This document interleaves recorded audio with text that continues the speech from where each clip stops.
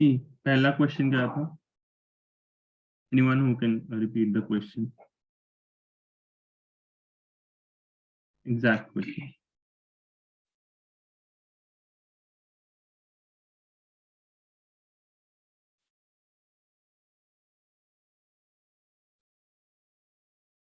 पहला क्वेश्चन था caste system is assuming new identities and associational forms. Hence, caste system cannot be eradicated in India. ठीक है, caste system अलग अलग तरीके अपना रहा है, ठीक है, इसलिए कास्ट सिस्टम को इरेडिकेट करना मुश्किल है. What do you think should be the approach of this answer? And let me tell you, this question was asked in 15 marker. तो 15 मार्कर के according anyone who would like to share the approach, क्या होनी चाहिए इसकी approach according to 15 marker? 10 marker के according एक अलग approach होनी चाहिए इसकी. कोई भी जो देखो, जितना पार्टिसिपेटिव रहोगे इस कोर्स में उतना ही आपका बेनिफिट होगा. सर कास्ट सिस्टम को डिफाइन किया और उसके बाद उसके फीचर्स बता दिए, सेपरेशन ऑफ ऑक्यूपेशन, हायरार्की, ये सब थोड़ा सा मेंशन कर दिया और उसके बाद क्वेश्चन को एड्रेस करना शुरू किया.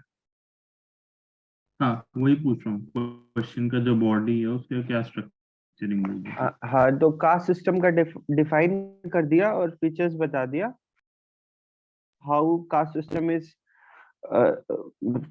न्यू आइडेंटिटीज कैसे ले रहा है, और फिर एक सेकंड पार्ट में एसोसिएशनल फॉर्म कैसे ले रहा है, और फिर उसके बाद उसको जस्टिफाई कर देते हैं कि मतलब अगर आपको लगता है कि नहीं, आई फील हाँ इट कैन इरेडिकेटेड, तो वो कर दिए. और उसके बाद देखो, पहला है you will give the definition of caste, right? okay. Sir, Is my voice clear? yes. Issue तो नहीं है कोई? I hope the voice is not breaking. No, sir. Okay, fine.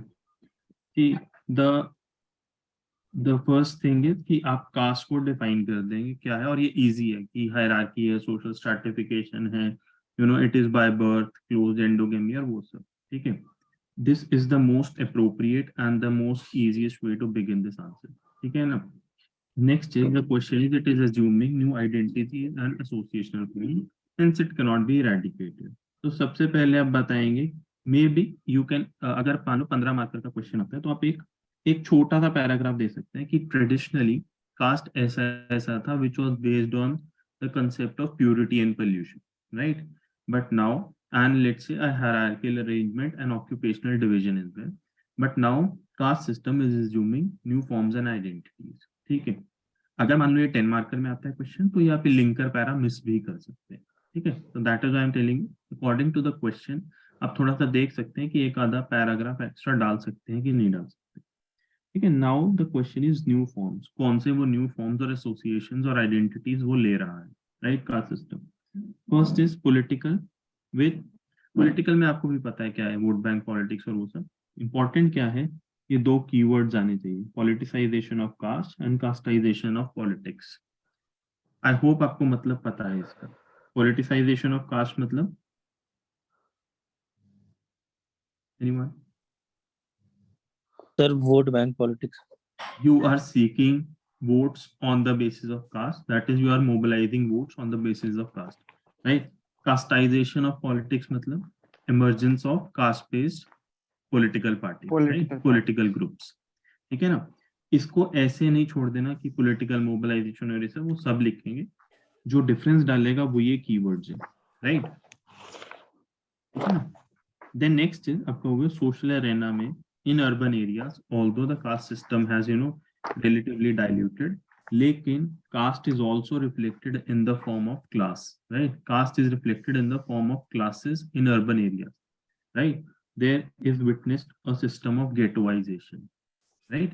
इस तरीके से आप अपना जो इंटरलिंकिंग ऑफ टॉपिक्स है वो भी कर सकते हैं. सोसाइटी में अर्बनाइजेशन टॉपिक आता है, राइट. तो this can be a point कि कास्ट सिस्टम अर्बन एरियाज से, अर्बन एरियाज में उसने एक नया फॉर्म ले लिया which is in the form of class, right. अब क्लास के तरीके से उसको देखा जाता है rather than not in the form of caste. But अगर स्ट्रक्चरल आप देखो नीचे तो वो कास्ट बेस्ड स्ट्रक्चर ही है, राइट. और इसी का रिजल्ट है अर्बनाइजेशन का कि ghettoisation. Ghettoisation anyone can tell what is it? Sir urban ghettos रहते हैं, जैसे कॉलोनीज हो गए, ये अपार्टमेंट कॉम्प्लेक्स हो गए जहाँ मिक्स राइट, ऑफ। अलग अलग उनकी लिविंग स्पेसेस है कि ये इधर रहेंगे, ये इधर रहेंगे, और ये बहुत एक्सप्लिसिट नहीं होता, राइट, ये इम्प्लिसिट है because they feel it is more safe to live in this way, right? Then manual scavenging, this type of, although that occupational based structure has diluted, but manual scavenging, it has emerged one of the most, I'll say the undignified ways of occupation among the scheduled caste, right? Please keep yourself muted. Okay? Disturbance. So.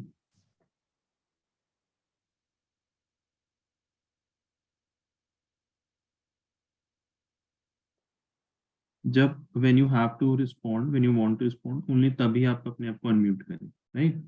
Then let's say Dalit based groups based on caste, let's say Bhimsena, ठीक है? Demands for reservation and increasing demands for reservation, ठीक है ना? आप इसमें अलग अलग जो भी आपके करंट अफेयर्स वाले इशू हैं वो डाल सकते हैं कि जाट्स ने, गुर्जर्स ने, मराठास ने, सब कैटेगराइजेशन, ठीक है, अलग अलग लिंग्विस्टिक ग्रुप्स, इन सब ने डिमांड्स रखी, ठीक है? कास्ट को थोड़ा सा ब्रॉड फॉर्म में अगर लोगे तो बेटर रहेगा, don't just merely take it as schedule caste, ठीक है ना? क्योंकि कहीं पर भी ये नहीं लिखा है कि schedule caste in its in its traditional form is assuming you identity. Caste generally बोला गया, तो हम भी थोड़ा सा ओपन हो सकते हैं क्वेश्चन को लेकर, ठीक है? Then caste based economic mobilisation which and I have written DCCI. Anyone? What is it? Dalit Chamber of Commerce. Chamber Commerce. Right, Dalit Chamber of Commerce and Industry. I hope my voice is clear. Break तो नहीं कर रही है voice? No sir. ठीक है, other ये काफी points हैं, ठीक है, ये 15 मार्कर के अकॉर्डिंग लिखे हैं। If the question is according to 10 marker तो आप 2 पॉइंट ट्रिम डाउन कर सकते हैं। और अलग पॉइंट्स कौन से हैं? Khap panchayat, they are the extra constitutional bodies, ठीक है? मैट्रिमोनियल एडवर्टाइजमेंट होता है, ठीक है, बहुत एक्सप्लिसिट नहीं होता, बट ये भी एक तरीका है।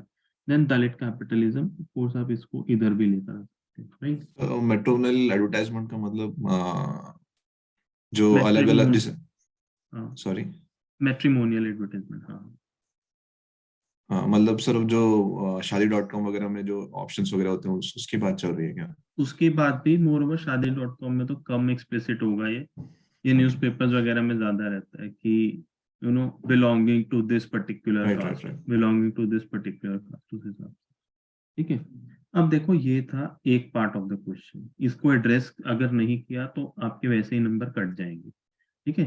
Next part is hence the caste system is cannot be eradicated in India. कहीं ना कहीं वो आपको ये डायरेक्ट कर रहा है कि आपको ये बताना है कि कास्ट सिस्टम इरेडिकेट नहीं किया जा सकता, उसके क्या कारण है, ठीक है ना?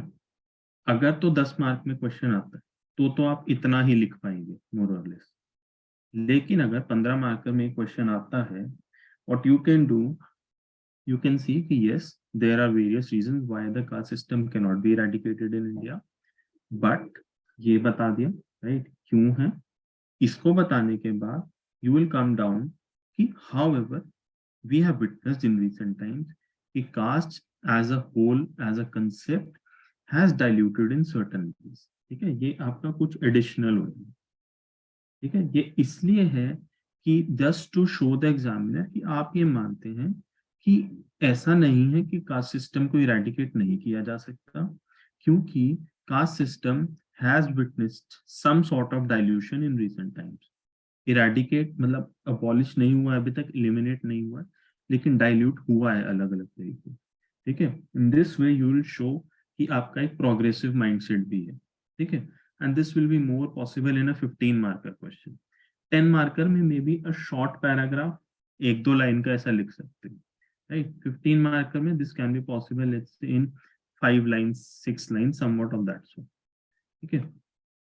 तो क्यों नहीं इरेडिकेट किया जा सकता? Of course deep rooted history, ठीक है, रूरल एरियाज में आज भी बहुत प्रीडोमिनेंट है, ठीक है ना? और वहां पर रूरल एरियाज में ऑक्यूपेशनल बेस्ड कास्ट स्ट्रक्चर आज भी प्रेवलेंट है, ठीक है?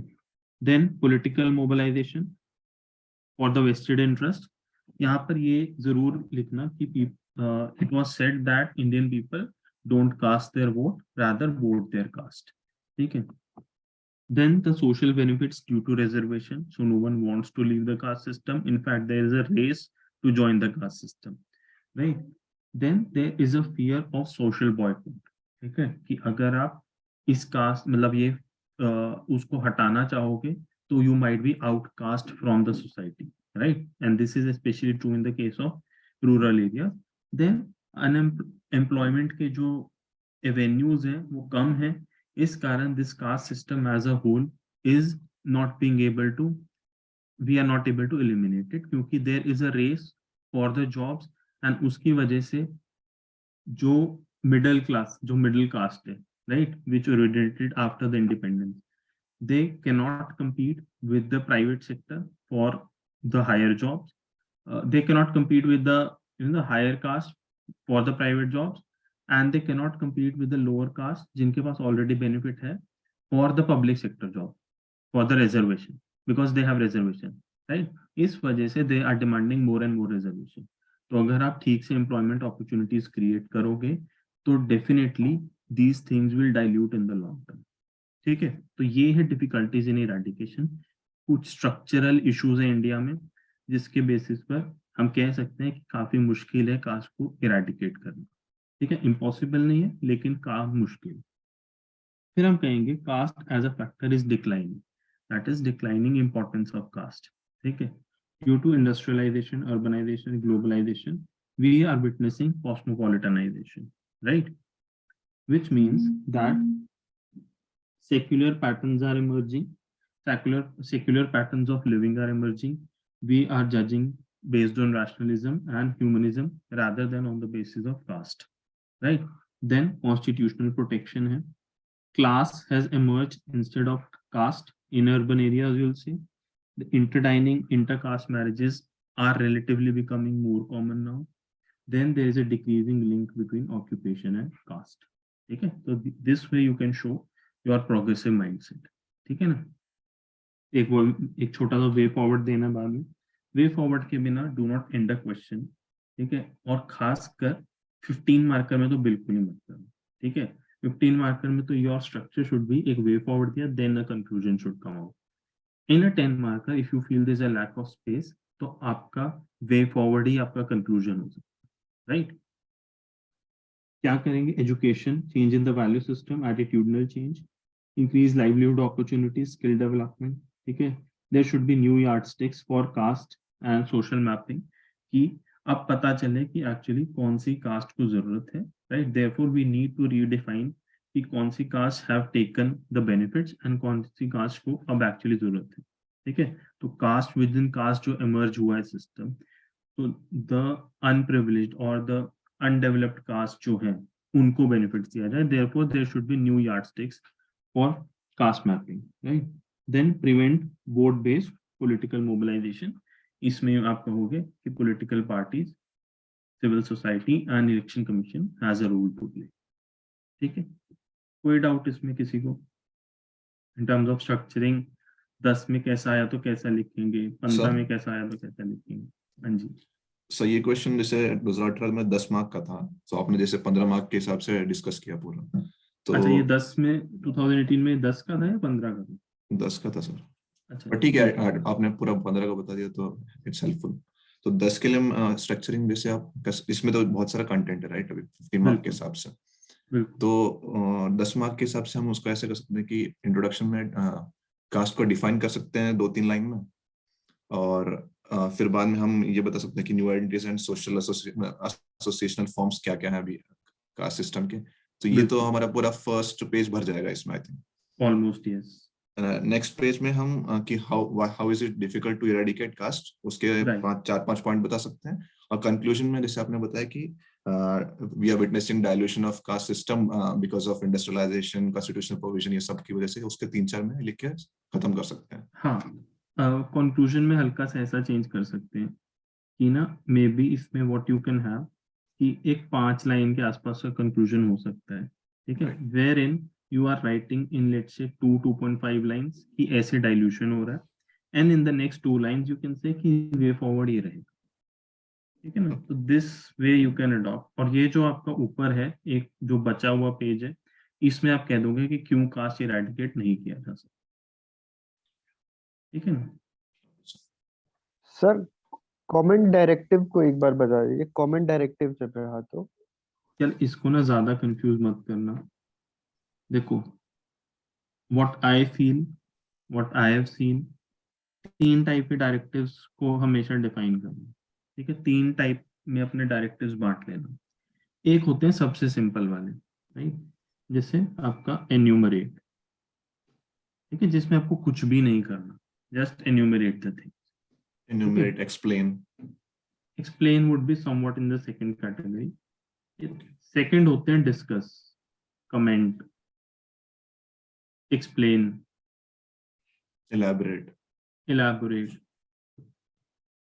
ठीक है। इसमें आपको पॉइंट लिख के थोड़ा सा एक्सप्लेन कर देना है, ठीक है ना। मतलब है अब यहाँ पर लिखोगे, जैसे अगर आप एन्यूमरेट की बात करो तो आप लिख सकते हो politicisation of caste and castisation of politics, ठीक है। जब आप डिस्कस या कमेंट की बात करोगे, व्हाट यू विल से कि seeking votes on the basis of caste, bracket में politicisation of caste and emergence of caste based political parties, ठीक है, कास्टाइजेशन ऑफ पॉलिटिक्स, इतना लिख दिया। This would be discuss, comment, explain, elaborate, ठीक है। Next examine and analyse, right. इसमें क्या है, आपको हल्की सी और डेप्थ में जाके उसको बता देना, ठीक है। जस्ट हल्का सा और एग्जामिन कर देना कि emergence of caste based politics, ठीक है, mobilisation of votes on the basis of caste has made this system deeply entrenched into our politics, right, into our day-to-day polity, which makes it difficult, right, which has assumed a new form। मतलब है कि वही बात को हल्का सा और नीचे जाके एक्सप्लेन कर देना है, राइट। आई होप थोड़ा सा क्लियर हुआ। इसमें ज्यादा कंफ्यूज मत करना, डिस्कस ये कमेंट क्या होगा, एक्सप्लेन क्या होगा, क्योंकि रियल एग्जाम में ना आप ज्यादा कुछ कर नहीं सकते इन चीजों का। और सब पार्ट में कोई चेंज नहीं होगा? नहीं, कोई चेंज नहीं होगा, ठीक है। ठीक है। और इसमें क्या है, अब देखो जनरल जो स्ट्रक्चर रहता है ना एक आंसर का, वो ये रहता है कि आपसे मान लो उन्होंने पूछ लिया ए, राइट, राइट समथिंग अबाउट ए, ठीक है।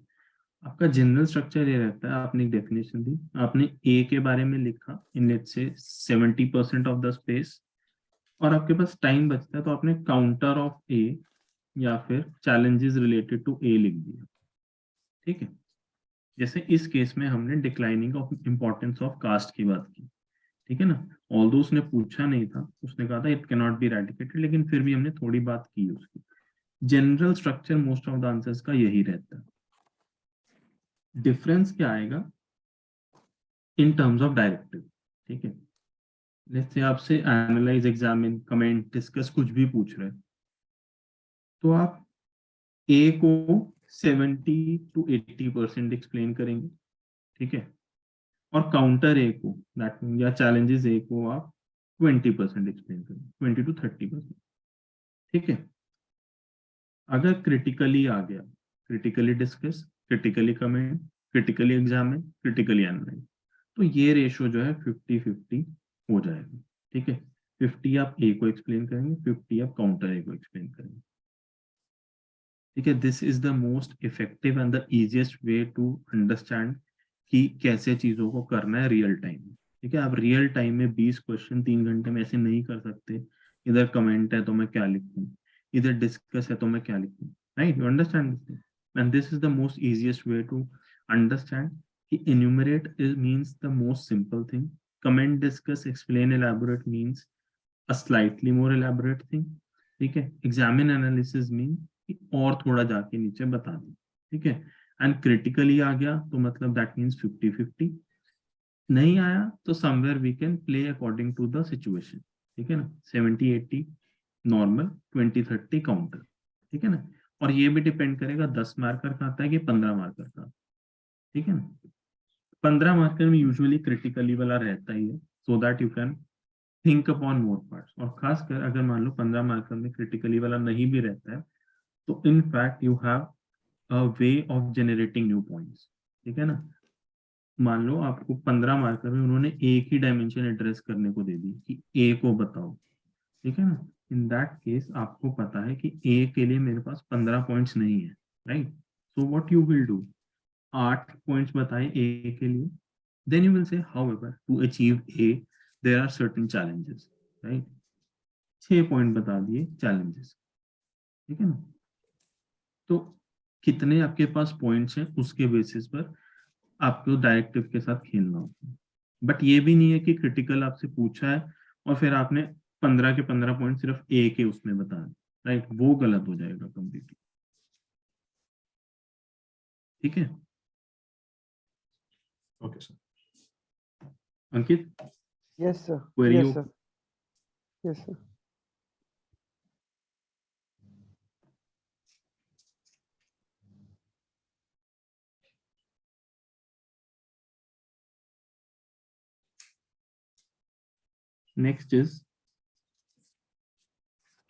नेक्स्ट क्वेश्चन है,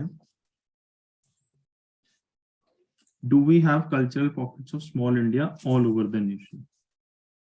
सवाल पूछना चाह रहा है कि हमारे इंडिया में डाइवर्सिटी है, लेकिन ऐसा भी देखा गया कि कहीं कहीं जगह पे हमें पूरा भारत दिख जाता है, राइट, कुछ कुछ पॉकेट्स में, राइट। बेसिकली स्पेस की बात कर रहे हैं, ठीक है, समझ रहे हैं आप? I hope everyone got the question. Yes sir, पर एग्जाम में उस साल नहीं समझ में आया था, बाद में तो समझ गए थे। बाद में समझ आया था, एग्जाम में नहीं आया, ठीक है, काफियों को नहीं आया था। देखो, cultural pockets of small India, पहले आप इंट्रोडक्शन देंगे कि इंडिया एक प्लूरल सोसाइटी है, यूनिटी इन डाइवर्सिटी है, सिंथेसिस ऑफ कल्चर है, ठीक है। या फिर आप कल्चर की डेफिनेशन दे सकते हैं, ठीक है, कल्चरल पॉकेट्स की डेफिनेशन दे सकते हैं, वॉट जो आपको ठीक लगे, ठीक है। 15 मार्कर का अगर आता है तो आप ये कह सकते हैं कि इंडिया में डाइवर्सिटी है, ठीक है, कि अलग अलग रीजन्स के अलग अलग कल्चर है, B it in the form of language, कि साउथ में ये लैंग्वेज बोली जाती है, ठीक है, नॉर्थ में ये बोली जाती है, ठीक है। फूड रिलेटेड कि यहाँ पर ये फूड ज्यादा प्रीडोमिनेंट है, वहां पर ये फूड ज्यादा प्रीडोमिनेंट है। ड्रेस में अकॉर्डिंग टू द क्लाइमेट लोग ड्रेसेस पहनते हैं, ठीक है। फेस्टिवल्स में वहां पर ये ज्यादा, उसको न्यू ईयर को वहां पर ये कहा जाता है, न्यू ईयर को वहां पर ये कहा जाता है, ठीक है, वहां पर ये ज्यादा मेजर फेस्टिवल, इस तरीके का। लेट्स से अगर 15 मार्कर में आता है तो आप इसको थोड़ा सा बड़ा लिख सकते हैं, एक linker para, may be just let's say 5 lines, ठीक है, 6 लाइन्स। अगर मान लो ये 10 मार्कर में आता है तो this can be somewhere between 2 lines, ठीक है, 3 लाइन्स, तो इसमें जैसे फैक्टर्स अफेक्टिंग कल्चरल पॉकेट्स ऐसा लिख सकते हैं कि अगर 15 मार्कर में आया तो लिख सकते हैं, बट मैं कहूंगा कि उसको बाद में लिखें, ठीक है। ओके। पहले आप एटलीस्ट बता दो कल्चरल पॉकेट्स जब इमर्ज हो रही है उसका मतलब क्या है, उसके बाद ही आप बता पाएंगे कि किन किन फैक्टर्स के कारण वो हो रहा है, माइग्रेशन है, ये है, वो है, राइट। क्योंकि ना जब तक ये नया कंसेप्ट है, ये ऐसा नहीं है कि सबको पता होगा, तो एग्जामिनर वांट्स टू नो कि यार आपको पता भी है या नहीं है, या सिर्फ आप सिर्फ स्पेस ही भरे जा रहे हो बेस्ड ऑन जेनेरिक कंटेंट, ठीक है ना। उस ये लिख दिया आपने, उसके बाद दिल से however a cultural milieu of whole India in some aspects is visible, right. उसके ब्रैकेट में आप लिख दोगे cultural pockets of small India, ऐसा कुछ लिख सकते, राइट। फिर आपने उसके एग्जांपल्स देंगे, कैसे। सबसे पहले मेट्रोपॉलिटन रीजन्स में due to urbanisation, industrialisation, migration, एक कॉस्मोपॉलिटन कल्चर इमर्ज हुआ, right, where people are not concerned about कि आप किस रिलीजन के हो, आप किस कास्ट के हो, they are only concerned about the merit, right, they जज on based on humanity and rationalism, ठीक है ना। At least on paper we can say this thing, कुछ ऑफ मतलब साइड इंस्टेंसेस होते हैं, लेकिन जेनेरिक सेंस में ये ट्रू है, ठीक है ना। रिलेटेड है कॉर्पोरेट कल्चर, इसको आप सेकंड पॉइंट बना सकते हो, या फिर इसी का सेकंड पॉइंट बना सकते हो कि कॉर्पोरेट कल्चर जो है दैट डिमांड कि people are judged on the based of merit, and therefore you know there are we see different religions, different caste, different language people, ठीक है, interacting with each other, right. Then you'll say there are various residential societies, ठीक है, जहां पर different cultures के लोग, और जब से सोसाइटी वाला कंसेप्ट आया तो different people of different cultures are living together, right. इसमें I don't know, someone wrote about Gokuldham society, right, I don't know who he was, ठीक है। तो try avoiding those examples, right. वो मतलब ठीक है, आप एस्से वगैरह में लिखना चाहो ठीक लगता है, लेकिन ना इधर आई से अवॉइड इट, ठीक है ना। कोई एग्जामिनर उसको पॉजिटिव भी ले सकता है, लेकिन वो कहीं ना कहीं आपकी शायद ना इट इज समवॉट शोइंग, वो बचपना सा शो करता है थोड़ा, ठीक है ना। एस्से वगैरह में यू कैन यूज, बट इधर आई से अवॉइड इट, ठीक है। Education, education institutes, IITs, NITs, AIIMS, universities, क्योंकि अब यहाँ पर जो है आपका मेरिट बेस्ड वो होता है, रिक्रूटमेंट होता है, मेरिट बेस्ड आपकी एडमिशंस होती हैं, इसलिए यहाँ पर अलग अलग कल्चर्स, अलग अलग लैंग्वेजेस के लोग हैं, ठीक है ना। Then you can say parliament, all India services training at LBSNAA, अलग अलग लोग आते हैं, ठीक है ना। लैंग्वेज की डाइवर्सिटी आपको देखने को मिलती है, जैसे अगर साउथ में तमिल बोली जा रही है तमिलनाडु में, ऐसा नहीं है सिर्फ तमिल ही बोली जा रही है, अलग अलग और लैंग्वेजेस भी उधर बोली जाती है, ठीक है। इसी तरीके से सेम इज विद फेस्टिवल्स, ऐसा नहीं है कि ईद सिर्फ मुस्लिम्स ही मना रहे हैं, ईद हिंदूज भी मनाते हैं और दिवाली मुस्लिम्स भी मनाते हैं। इंपॉर्टेंट ये है कि आप इसको ऊपर प्रायोरिटाइज मत कर देना, ठीक है। ऊपर आप वो पॉइंट, फेस्टिवल वाले से मिनी इंडिया को कैसे आप जस्टिफाई कर रहे हैं? फेस्टिवल तो आपको यूनिटी इन डाइवर्सिटी को बता सकते हैं कि सब, बट उससे मिनी इंडिया को आप कैसे जस्टिफाई कर रहे हैं? यार सारे मतलब आप मैक्सिमम फेस्टिवल्स देखो, आप चाहे ईद है चाहे दिवाली है, ठीक है। होली, होली जैसे सब ये कोई मनाता है। होली हर कोई मना रहा है ना, ऐसा नहीं आप कह रहे हो कि यही बना रहे, ठीक है। और इनका फॉर्म्स बदलते हैं सिर्फ, कि होली उत्तर प्रदेश में कहीं और तरह से खेली जाएगी, वहां कहीं और तरीके से खेली जाएगी, ठीक है। तभी मैं कह रहा हूँ कि इन इन पॉइंट्स को आप ऊपर मत लिखना, ठीक है, वो गलत चला जाएगा। आप पहले ये पॉइंट्स लिखकर then you can say in various other ways, let's say in terms of language being a major part of culture, this thing is also visible, where only one language pertinent to that region or that religion is, you know, not the only language। इसका कुछ लिख के आप एक दो example दे दो, ठीक है। Prioritisation of points is important. एक बार एग्जामिनर को लग गया कि आप समझ गए हो, तो आपके वो ये पॉइंट्स भी एक्सेप्ट कर लेगा, ठीक है। लेकिन अगर उसे लगा कि आपने इन पॉइंट्स के, you know, under the guise of this point, these points, you have tried to attempt the question, और ये बाद में आ रहे हैं, राइट, उसका मूड ऑफ हो जाएगा, ठीक है ना। तो प्रायोरिटाइजेशन भी थोड़ी इंपॉर्टेंट है। Then you will say this promotes unity and diversity, you know, this goes in consonance with our objective or our, you know, our government's objective of एक भारत श्रेष्ठ भारत, जो भी आप कहना चाहो, देखो। कॉन्स्टिट्यूशन, फ्रेटर्निटी, कॉन्स्टिट्यूशन से लिंक करना चाहो वो भी कर सकते हो इन द कंक्लूजन, ठीक है। कोई डाउट इसमें? सर, हाँ जी, can you hear me? हाँ जी, हाँ जी। Sir, I feel that the questions concerning society part, these are a bit essay-ish. So, is it better to write them in paragraph? लिख सकते हो, लेकिन पैराग्राफ्स में भी ऐसा है कि एक ही पॉइंट को ऐसा ना हो कि वो पूरा एक पेज वही लिख रहे हो, फिर उसी एक्सप्लेन कर जो कि पार्लियामेंट में अलग अलग रीजन से लोग जाते हैं, ठीक है, क्योंकि उसमें टेरिटोरियल कॉन्स्टिट्यूंसीज में वो डिवाइडेड है, ठीक है, इसलिए पार्लियामेंट में 545 मेंबर, मतलब ऐसा कुछ ना हो, ठीक है ना। आप पैराग्राफ्स में लिखना चाहो वो भी लिख सकते हो, लेकिन मुद्दे की बात यह है कि वहां पर आपको 6, 7, 8 कोर आर्ग्यूमेंट्स देने पड़ेंगे, ठीक है। वो आप चाहे पैराग्राफ में दो चाहे आप पॉइंट्स में दो, you Sir, just cannot keep stretching one argument there, right? sir, can we start with like introduction with Article 1, India as a Union of States? यार वो ना थोड़ा सा ऐसा है कि फिर आपको जहां पे आप जाना चाह रहे हो ना, वहां तक पहुंचने के लिए काफी स्पेस लग जाएगी। 15 मार्कर में तो आई स्टिल से कि चलो 2 पैराग्राफ होंगे आपके पास, कर लोगे किसी तरह, बट होगा क्या अगर आपने India is equal to union of state से शुरू किया ना, तो पहला तो आप 2-3 लाइन उधर खा जाओगे, ठीक है। देन यू विल से कि इंडिया एक प्लूरल सोसाइटी है, ऐसे है, ये बताओगे, 2-3 लाइन इधर गई, 5 लाइन गई। फिर अगर 10 मार्कर का हुआ तो वैसे ही गड़बड़ होगी इस केस में, ठीक है। Right. फिर 15 का हुआ तो अब फिर आप ये लिंकर पैरा देना चाहोगे, ठीक है, कि डिस्टिंक्ट कल्चर है लेकिन कल्चरल पॉकेट से मर्ज हुई। मान लो 3-4 लाइन इधर चली गई, ठीक है। तो काफी हद तक ये चांसेस हैं कि अगर आपका ये पेज है, यहाँ पे क्वेश्चन लिखा हुआ है, तो आप यहाँ पर तो इंट्रोडक्शन नहीं खत्म करोगे, राइट। हाँ. मतलब जो आप लिखना था, उसके बाद यहाँ पे शुरू करोगे कल्चरल पॉकेट्स। तो उससे बेटर है कि आप फ्रेटर्निटी वगैरह यूज कर सकते हो यहाँ पे, हाँ. वो अगर Preamble. कॉन्स्टिट्यूशन से आप लिंक ही करना चाह रहे हो, Right. ठीक है।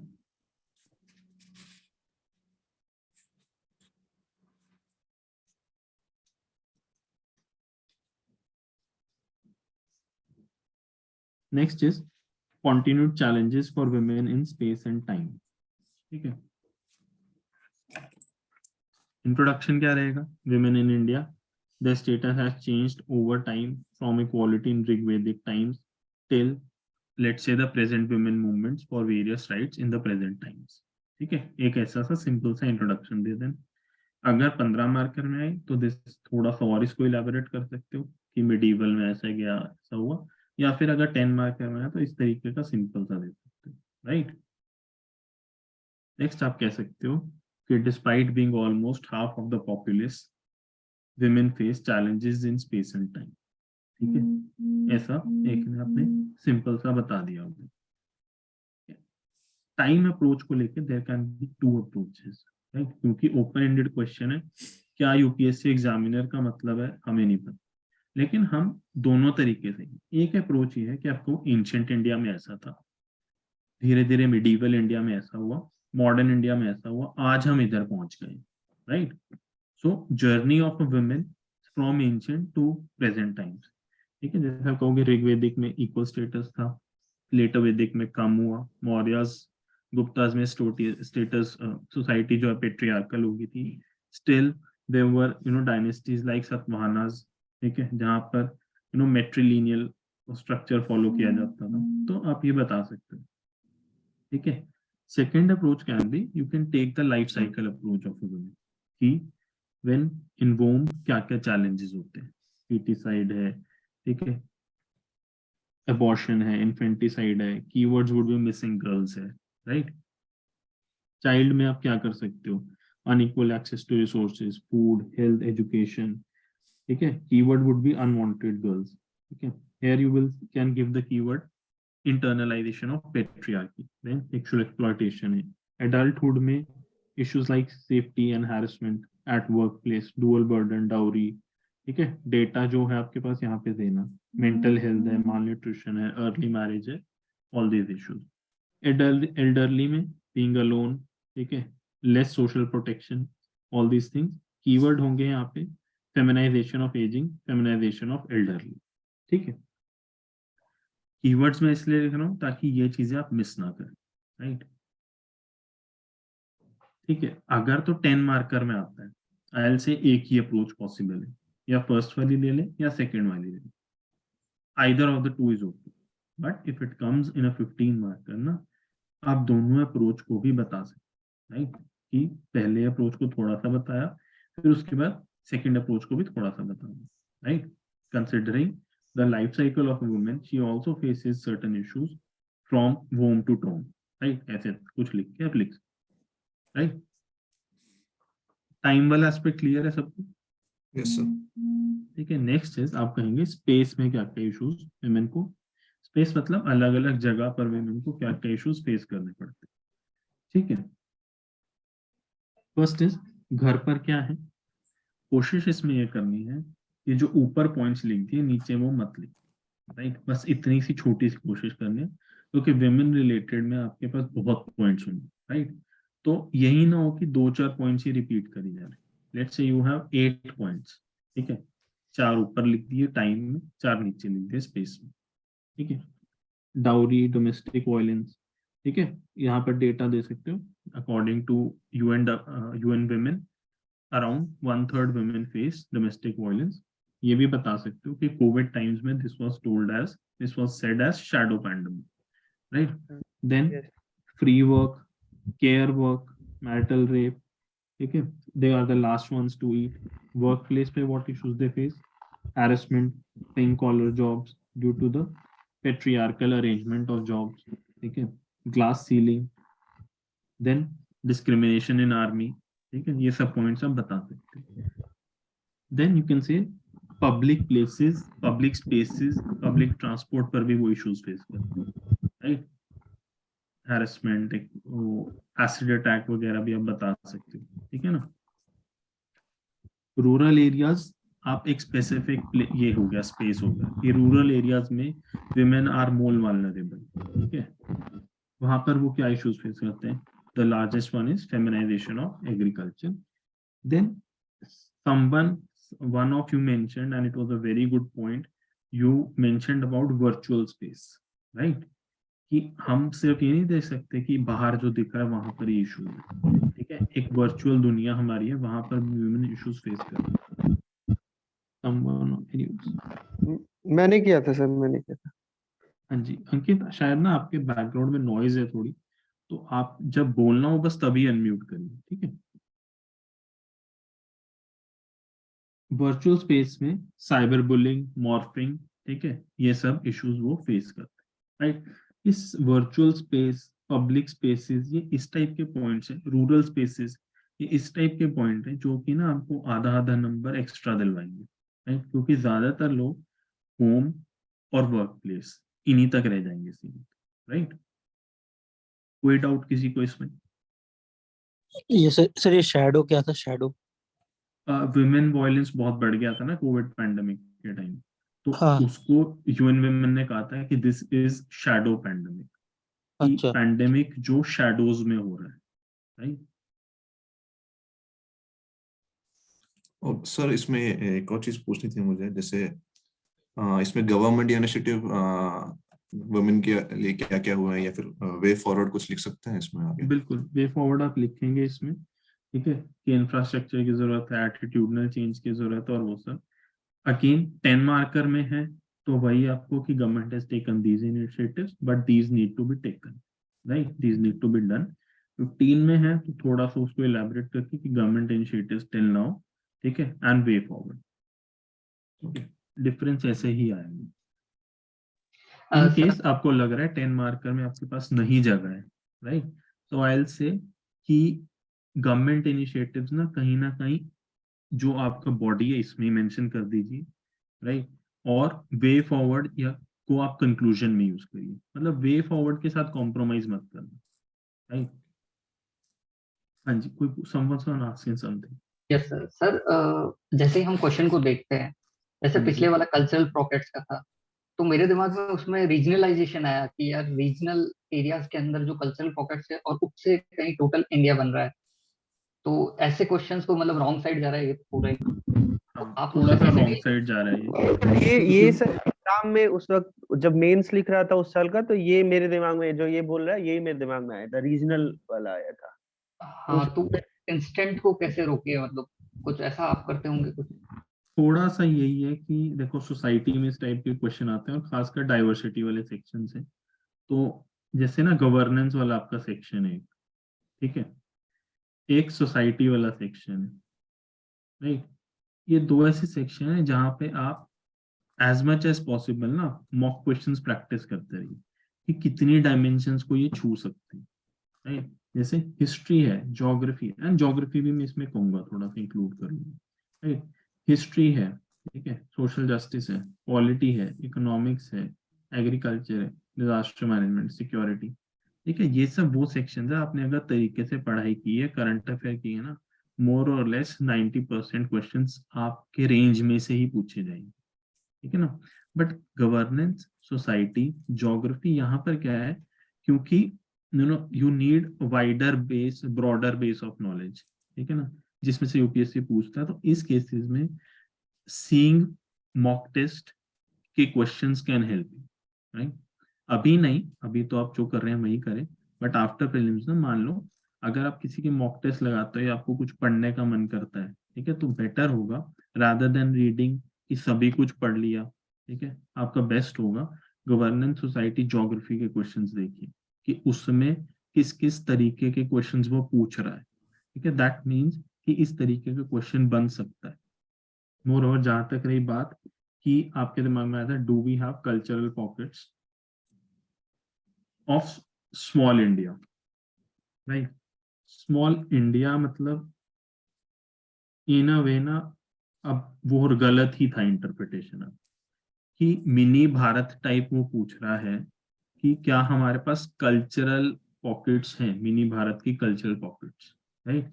वो ऐसा नहीं पूछ रहा कि do we have political units of small India all over the nation, right, ऐसा कुछ नहीं पूछ रहा। वहां पे तो आपका रीजनलिज्म वाला एंगल में भी आ जाए। जा रहा था वो, मतलब वो इंटरप्रिटेशन स्मॉल इंडिया वाला को इग्नोर करने से गलत हो जाता है। हाँ यस, सर उसमें इंटरप्रिटेशन में ये हुआ था कि मैंने देखा कि एक गुजराती कल्चर है, एक बंगाली कल्चर है, और इनका फूड डाइवर्सिटी है, लैंग्वेज डाइवर्सिटी है, और ये सब मिलाकर स्मॉल इंडिया बना रहे हैं, और जो वापस यूनिटी बन रही है पूरे इंडिया की। नहीं आप क्वेश्चन देखो, क्वेश्चन क्या है, क्वेश्चन है do we have cultural pockets of small India all over the nation. पूरा भारत आपको अलग अलग पॉकेट्स में सारे भारत में दिखता है कि नहीं दिखता है, मतलब छोटा छोटा भारत आपको अलग अलग पॉकेट्स में भारत में दिखता है कि नहीं दिखता, राइट। तो थोड़ा सा मतलब इसको ना जहाँ पे कंफ्यूजन आए ना, सोसाइटी के क्वेश्चंस, गवर्नेंस के क्वेश्चंस में चांसेस होते हैं कंफ्यूजन आएगा, राइट। वहां पे बेटर है फर्स्टली आप अपने स्टैटिक पोर्शन पर कॉन्फिडेंट रहिए, राइट, क्योंकि जितना आप वहां पर कॉन्फिडेंट होंगे, जितना वो रटा होगा आपने, उतना बेटर एनालिसिस कर पाएंगे। सेकेंडली जब आपको कंफ्यूजिंग लगे क्वेश्चन तो उसको आप 2 3 4 बारी पढ़िए, right, and be open in thinking, ठीक है ना। ऐसा नहीं कि नहीं नहीं नहीं यार ये यही पूछ रहा है क्योंकि ये टॉपिक है। क्वेश्चन को अपने अकॉर्डिंग पढ़ने की कोशिश करिए, और उसके बाद भी अगर वो गलत हो जाता है, राइट, तो वही है कि may be wrong day, right, कि 3 4 नंबर का लॉस हो गया था, ठीक है। अब जैसे ये था what are the continued challenges for women in India against time and space, ठीक है। ये क्वेश्चन भी जिस साल आया था थोड़ा सा लोगों को मुश्किल लगा था कि टाइम एंड स्पेस मतलब क्या, लेकिन once you keep reading the question 2 times 3 times ना, इट बिकम्स क्लियर, ठीक है। एक तरीका हो सकता है जब मुश्किल क्वेश्चन लगे उसके सब पार्ट्स करके उसको पढ़े, राइट। जब सब पार्ट्स करके पढ़ लिया तो उसको कंप्लीट पढ़े ये जानने के लिए कि एसेंस क्या है क्वेश्चन, राइट। जब क्वेश्चन समझ नहीं आ रहा तो make the parts, once you understand the parts then try to read the question totally, ठीक है। अब एसेंस क्या है क्वेश्चन, ठीक है ना। सर जो वुमेन वाला क्वेश्चन था उसमें जैसे टाइम और स्पेस के बारे में 2 डायमेंशन उन्होंने पूछे, तो दोनों को equal amount of space allot मतलब हमें अलॉट करना चाहिए या फिर बराबर। तो जैसे आपने दो अप्रोचेस बताए 15 मार्क के लिए टाइम के लिए, तो वो तो ज्यादा स्पेस ले लेगा, नहीं ऐसा है ना, जैसे मान लो ये 3 पेजेस है आपके, राइट। यहाँ पे क्वेश्चन प्रिंटेड है, यहाँ तक मान लो आपका इंट्रोडक्शन आ गया, ठीक है। इतने से इतने में आप टाइम वाला बता दे, इतने से इतने में आप स्पेस वाला बता दे, ठीक है। यहाँ पर आप कंक्लूजन लिख दे, ठीक है ना। देखो जहां पर 15 मार्कर में अगर दोनों अप्रोच लिखनी पड़ रही है, वहां पर जो फर्स्ट अप्रोच है ना, एंशिएंट, मेडिवल, मॉडर्न और ये सब, वहां पे थोड़ा सा आप छोटा लिख सकते हो। आपने एक डायमेंशन दे दी है, examiner dimension, the moment you give the dimension a different aspect ना, एग्जामिनर खुश हो जाएगा। फिर उसको ज्यादा डिटेल में नहीं चाहिए आपका आंसर, क्योंकि और and the moment you give the second dimension वहां तो काम बन गया समझो, राइट।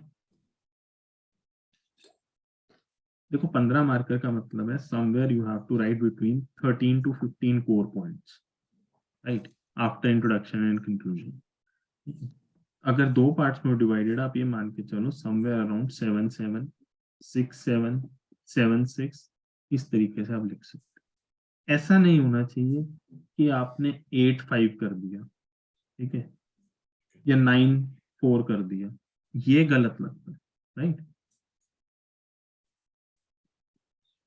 क्योंकि आपको पता है, इसके बावजूद भी फिर एग्जामिनर ये सोचता है यार शायद इसको ना पहला पार्ट ही अच्छे से आता था, तभी इसने उसमें ज्यादा लिखा, राइट।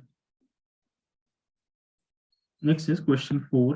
क्वेश्चन 4 में none of you wrote a very good answer, and water masses वाला impact तो ठीक है, बट क्वेश्चन था how do they differ in impacts on marine life and coastal environment, right?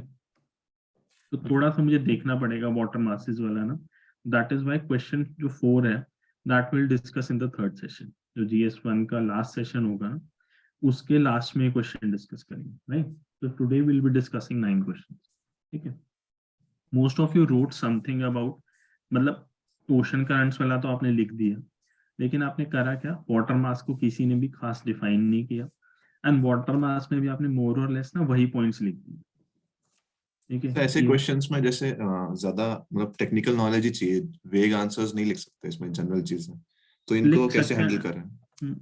ऐसा है कि ये वाटर मास ना कोर ज्योग्राफी ऑप्शनल का कंसेप्ट है, right, and it is not like, मतलब आप अगर लिंक करना चाहो इन द एग्जामिनेशन हॉल तो एट मैक्स आप एयर मास से ही लिंक करो, कि जैसा एयर मास है वैसे ही कुछ वाटर मास हो सकता है, बट थोड़ा सा स्लाइटली डिफरेंट कॉन्सेप्ट है, राइट। इस टाइप के क्वेश्चंस में ज्योग्राफी ऑप्शन वालों को एडवांटेज है, अनडाउटेडली एडवांटेज है।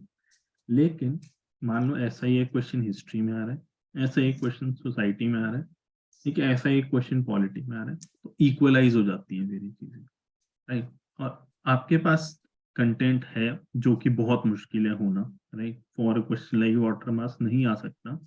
आपको करना ये है, अब ये 15 मार्कर में उन्होंने पूछ दिया, ठीक है, लेट अस से 8 and 7, करंट वाला एटलीस्ट इतना अच्छा लिखो कि वहां पे यूपीएससी आपको नंबर ना काट पाए, राइट। और वाटर मासेस में आप जो आपके समझ में आए ठीक ठाक करके, ठीक है, थोड़ा सा घुमा फिरा के लिख दो, ठीक है, कॉम्प्रोमाइज करना ही पड़ेगा, व्हाट आई मीन टू से, राइट। सर इसमें जैसे ओशन करंट वाले क्वेश्चन में दोनों को डिफाइन कर दिया, फॉर एग्जांपल डेफिनेशन में ओशन करंट क्या है, वाटर मास क्या है, फिर और ओशन करंट दिखा सकते हैं कि पूरा वर्ल्ड मैप बना के? 15 मार्कर में है तो डेफिनेटली दिखाना है, ठीक है। 10 मार्कर में आयल से कि अगर रीजनल मैप्स दिखा पाओ, ठीक है, जैसे मान लो कुरोशियो ओयोशियो की मीटिंग दिखा रहे हो, रीजनल दिखा दो, राइट।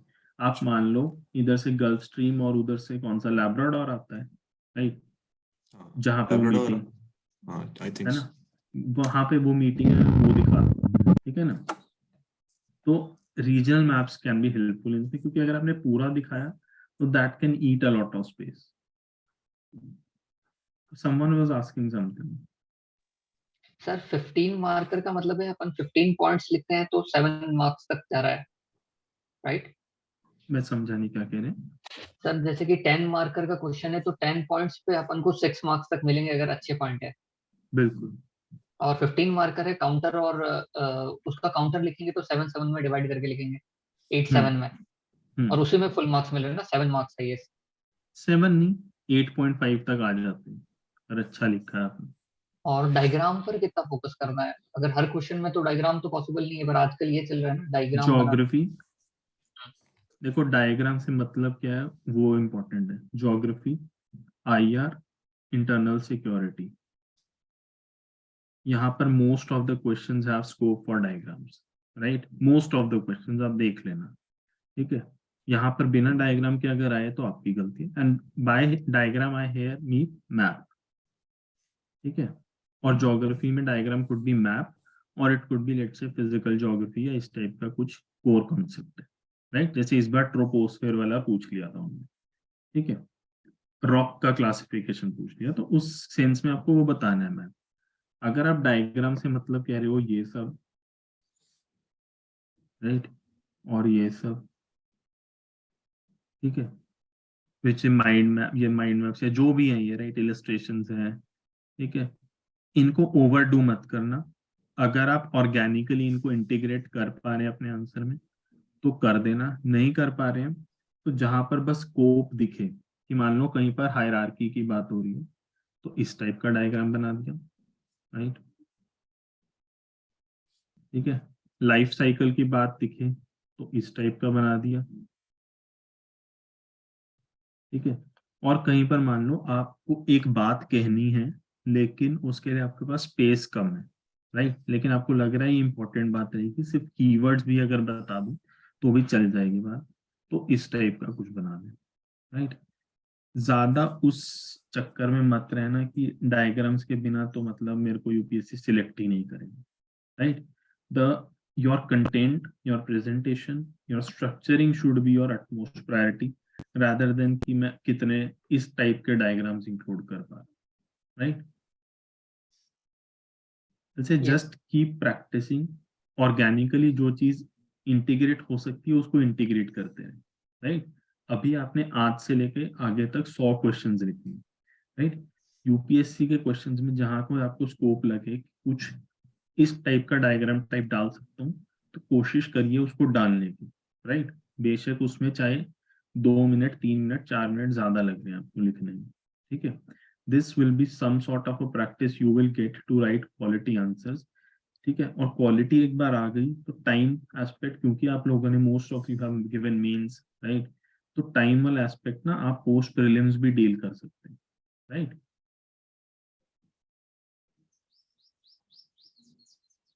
ठीक है।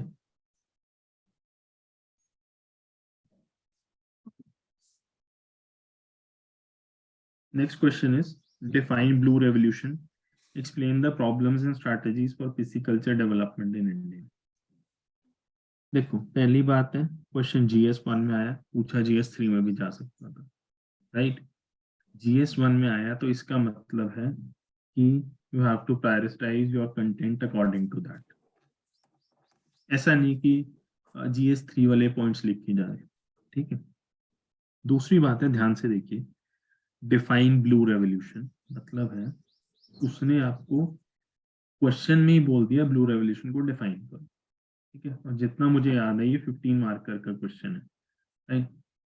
इसका मतलब आप सिंपली ये नहीं लिख सकते कि blue revolution means that there needs to be an increase या it was a strategy to increase the production of fisheries या मरीन प्रोडक्ट्स, ठीक है ना।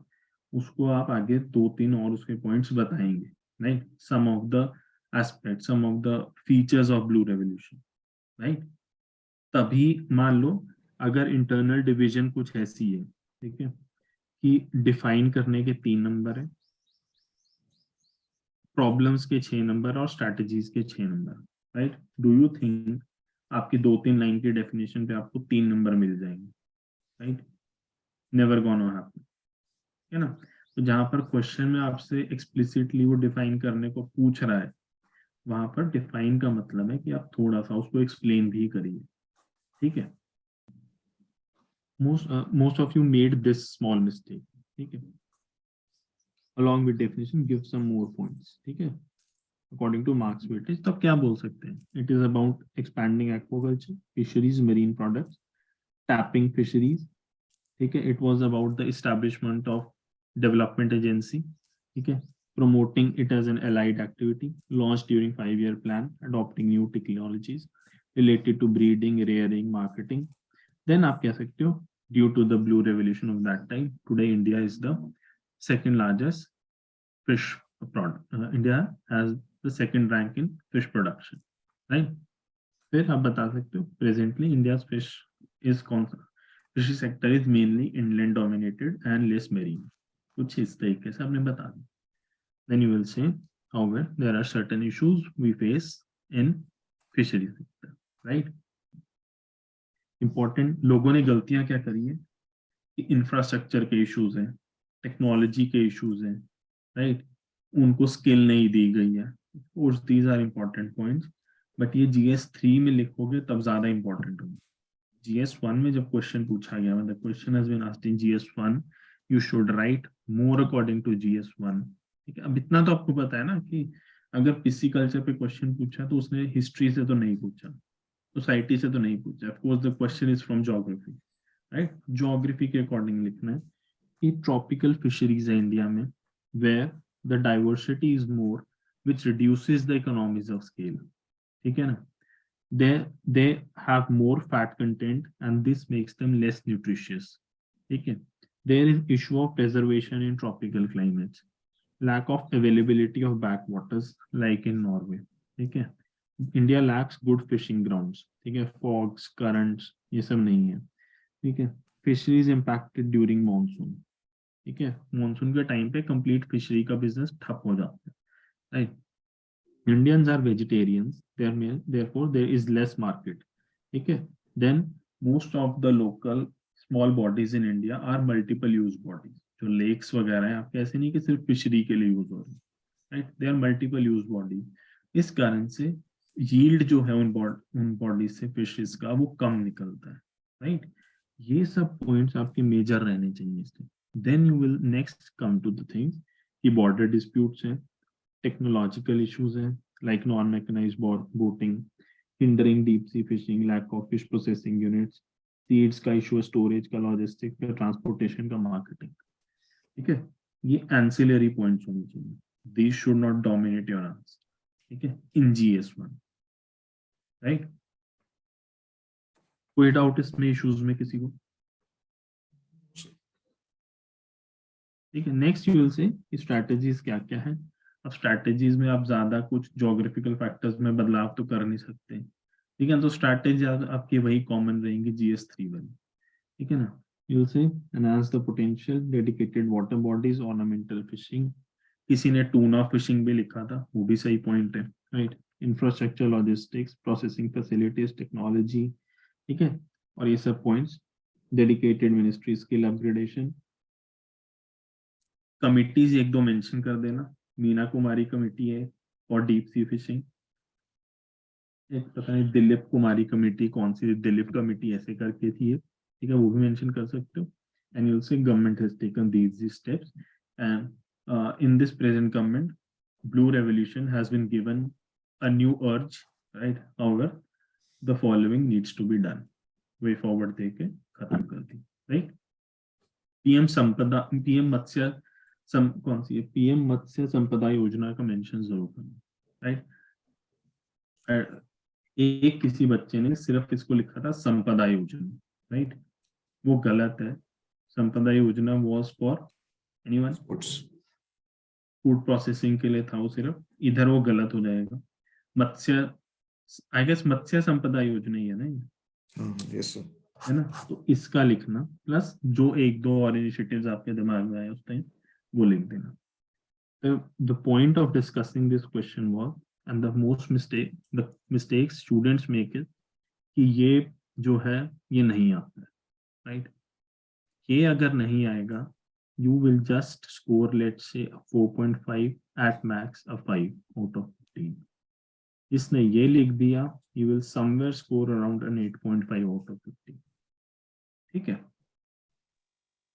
सर एक डाउट था, हाँ जी, जैसे 5th 5 ईयर प्लान की बात करी आपने इंट्रोडक्शन में, हाँ हाँ, तो अगर उसको वो मतलब रिकॉल नहीं हो रहा है एग्जाम में, या मतलब इतना स्पेसिफिक नहीं आ रहा है, तो कोई कितने मार्क्स दिक्कत का? नहीं, कोई दिक्कत ही नहीं होगी।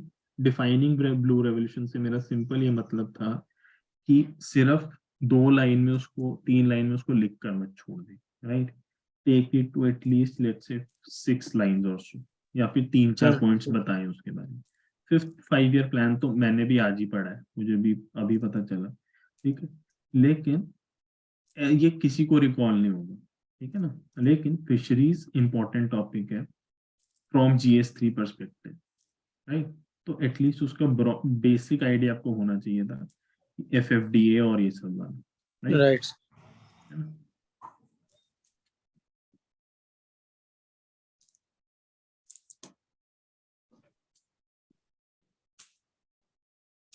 नेक्स्ट क्वेश्चन इज, ये भी उस साल का अच्छा क्वेश्चन था, समवॉट कुछ लोगों को बाउंसर्स भी लगा था, ठीक है।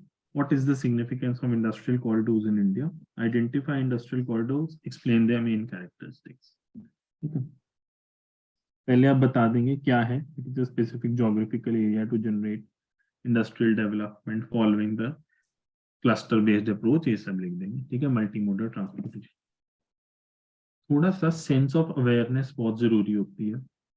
आपसे वो कैरेक्टरिस्टिक्स पूछ रहा है, राइट, और कैरेक्टरिस्टिक्स ना आपको भी पता है कि इट इज मोर और लेस जो डेफिनेशन में है वही कैरेक्टरिस्टिक्स है उसकी, ठीक है ना, और मुझे एक्सप्लिसिटली ये लिखने पड़ेंगे, ठीक है। तो बेटर ये रहेगा कि आप डेफिनेशन में कम से कम कैरेक्टरिस्टिक्स बताएं, ठीक है, ताकि वो बॉडी में अब ज्यादा बताएं। डेफिनेशन में कीप इट स्मॉल और आसपास की थोड़ी बातें कर दें, to generate employment on the basis of clusters, ठीक है, सो दैट इंडिया, ठीक है, so that we progress towards a manufacturing unit, ऐसा करके कुछ भी ऐसा से बता दें, मैन्युफैक्चरिंग नेशन, राइट, इस तरीके से, सो दैट कैरेक्टरिस्टिक्स में जब आप लिखने बैठे तो क्योंकि वो सेपरेट पार्ट है, राइट, आपको उसमें अच्छे पॉइंट्स लिखने पड़ेंगे, राइट। और इस टाइप के क्वेश्चन में जैसे कैरेक्टरिस्टिक्स इन्होंने लास्ट में पूछा, राइट, बट आपको लग रहा है यार कैरेक्टरिस्टिक्स अगर पहले लिख दूंगा क्वेश्चन ज्यादा आसान बन जाएगा, right. Many of you might have felt this thing ना, कि लास्ट में कैरेक्टरिस्टिक्स लिखने का क्या मतलब।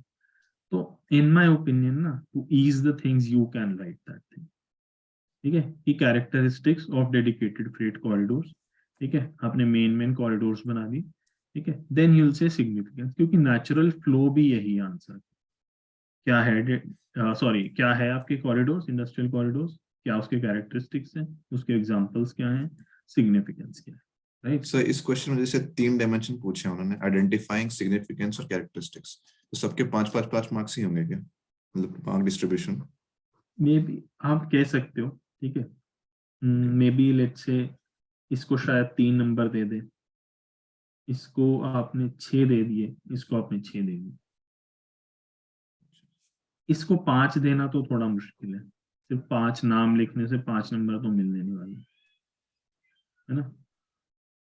बट इसमें ना कुछ ज्यादा सोचने की जरूरत नहीं है, आपको पता है कैरेक्टरिस्टिक्स में आप एट मैक्स 5-6 पॉइंट लिख दोगे, सिग्निफिकेंस में आप एट मैक्स 7-8 पॉइंट लिख दोगे, और जो आपके कॉरिडोर्स हैं वो वही हैं, वो 5 आपने लिखने ही लिखने, ठीक है ना। उस साल जिस साल ये क्वेश्चन आया था, इसके अलावा लोगों को कुछ पता ही नहीं था, ये दो, वेस्टर्न डेडिकेटेड फ्रेट कॉरिडोर और ईस्टर्न डेडिकेटेड फ्रेट कॉरिडोर, ये तो अब थोड़ा सा जब ये टॉपिक न्यूज में आने लगा, मतलब न्यूज में इन द सेंस कि जब पता लगने लगा कि ये भी इंपॉर्टेंट टॉपिक है, राइट, तब ये सब ज्यादा नोटिस में आने लगा, ठीक है। उस साल ज्यादातर लोग यही लिख कर आए थे, है ना।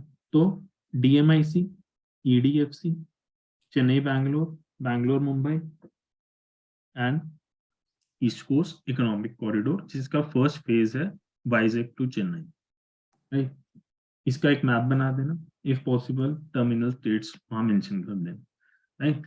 किसी की लेंथ याद हो तो वो भी लिख देना कि ये 1800 किलोमीटर का है, ये 1500 किलोमीटर का अप्रोक्सीमेट, राइट।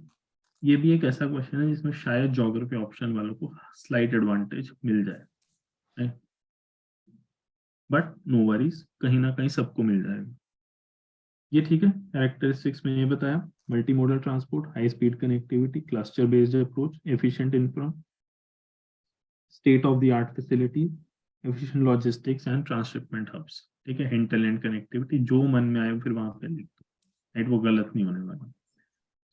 इसको एक एक लाइन में एक्सप्लेन कर देना ताकि थोड़ी जगह भर जाए, राइट। सिग्निफिकेंस में इकोनॉमिक, एनवायरमेंटल और बाकी। इकोनॉमिक क्या रहेगी, growth, industrial development, exports, investment, investment कौन सी, प्राइवेट, फॉरेन, ठीक है ना। जब भी इकोनॉमिक की बात आए, go back to your basics, जब इकोनॉमिक्स आप पढ़ते हो क्या पढ़ते हो, ग्रोथ होनी चाहिए, डेवलपमेंट होनी चाहिए, एक बार ग्रोथ हुई तो हमारी एक्सपोर्ट्स होंगे, इन्वेस्टमेंट होती है, सिग्जम फॉर्मूला जो है आपका, right, this is related to exports, this is related to investment, ठीक है। बाकी इन सबको मिला के ग्रोथ होती है, ग्रोथ से रिलेटेड डेवलपमेंट है, डेवलपमेंट से रिलेटेड इंक्लूसिव डेवलपमेंट है, ठीक है ना। इस way you can generate your points. कुछ कुछ लोग इसी चीज में थोड़ा टाइम यूज कर लेते हैं कि अब इकोनॉमिक मुझे लिखना, मैं क्या लिखूं इसमें, राइट। तो कीप थिंग्स सिंपल, कि सिग्जम has all the material for you, वहीं से आप पॉइंट्स जनरेट करते चलिए बस, right. That's why I am saying कि ये पीवाईक्यू एनालिसिस को सिर्फ ऐसे नहीं कि आए सेशन देख लिया और चले गए, राइट, बहुत कम बेनिफिट मिलेगा इसको, राइट। देन लॉजिस्टिक कॉस्ट कम होएगा, यहाँ पे डेटा डाल देना कि इंडिया में logistic cost near about 13 to 14% है, बाहर ये 7-8% है, कुछ करके, ठीक है। एम्प्लॉयमेंट वाले का आप अलग से बना सकते हो, सोशल करके भी बना सकते हो, right, social benefits, distress migration नहीं होगा इससे, ठीक है, it will promote forward and backward linkages, regional development, labour intensive jobs, environmental significance, pollution कम होगा, एमिशंस कम होंगे, ठीक है, it will help us in achieving the INDC targets, उसके साथ रिलेट कर देना। देन इससे टेक्नोलॉजी एनहांसमेंट होगा। जरूरत क्या है? क्लियरेंसेस की, फाइनेंस वाले इशू एड्रेस करो, टेक्नोलॉजिकल इशू एड्रेस करो, और वायबिलिटी स्टडीज करो, राइट। इसमें किसी को कोई डाउट? सर इसमें स्पेस में कैसे उसको मैनेज करेंगे? फॉर एग्जांपल पहले फर्स्ट पेज पे अपना कॉरिडोर का डेफिनेशन और कैरेक्टरिस्टिक्स आ जाएंगे, नेक्स्ट पेज में मोस्टली 60-70% मैप आ जाएगा। हाँ, देखो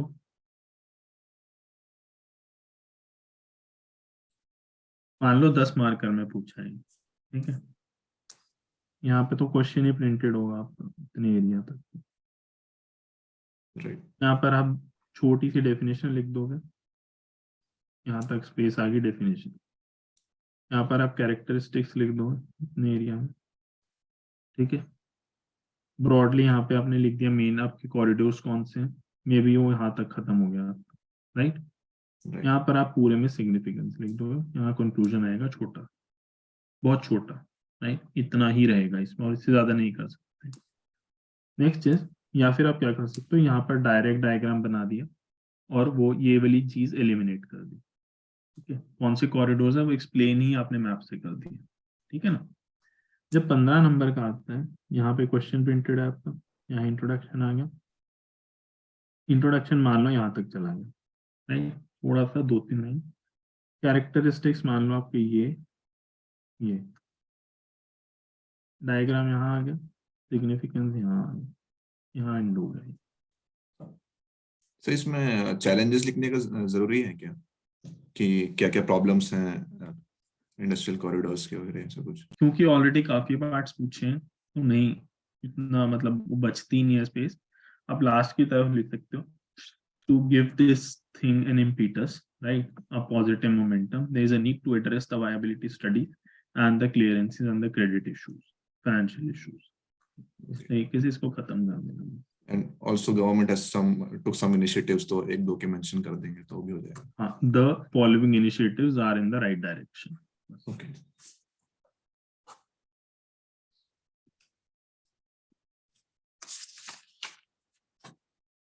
Next is,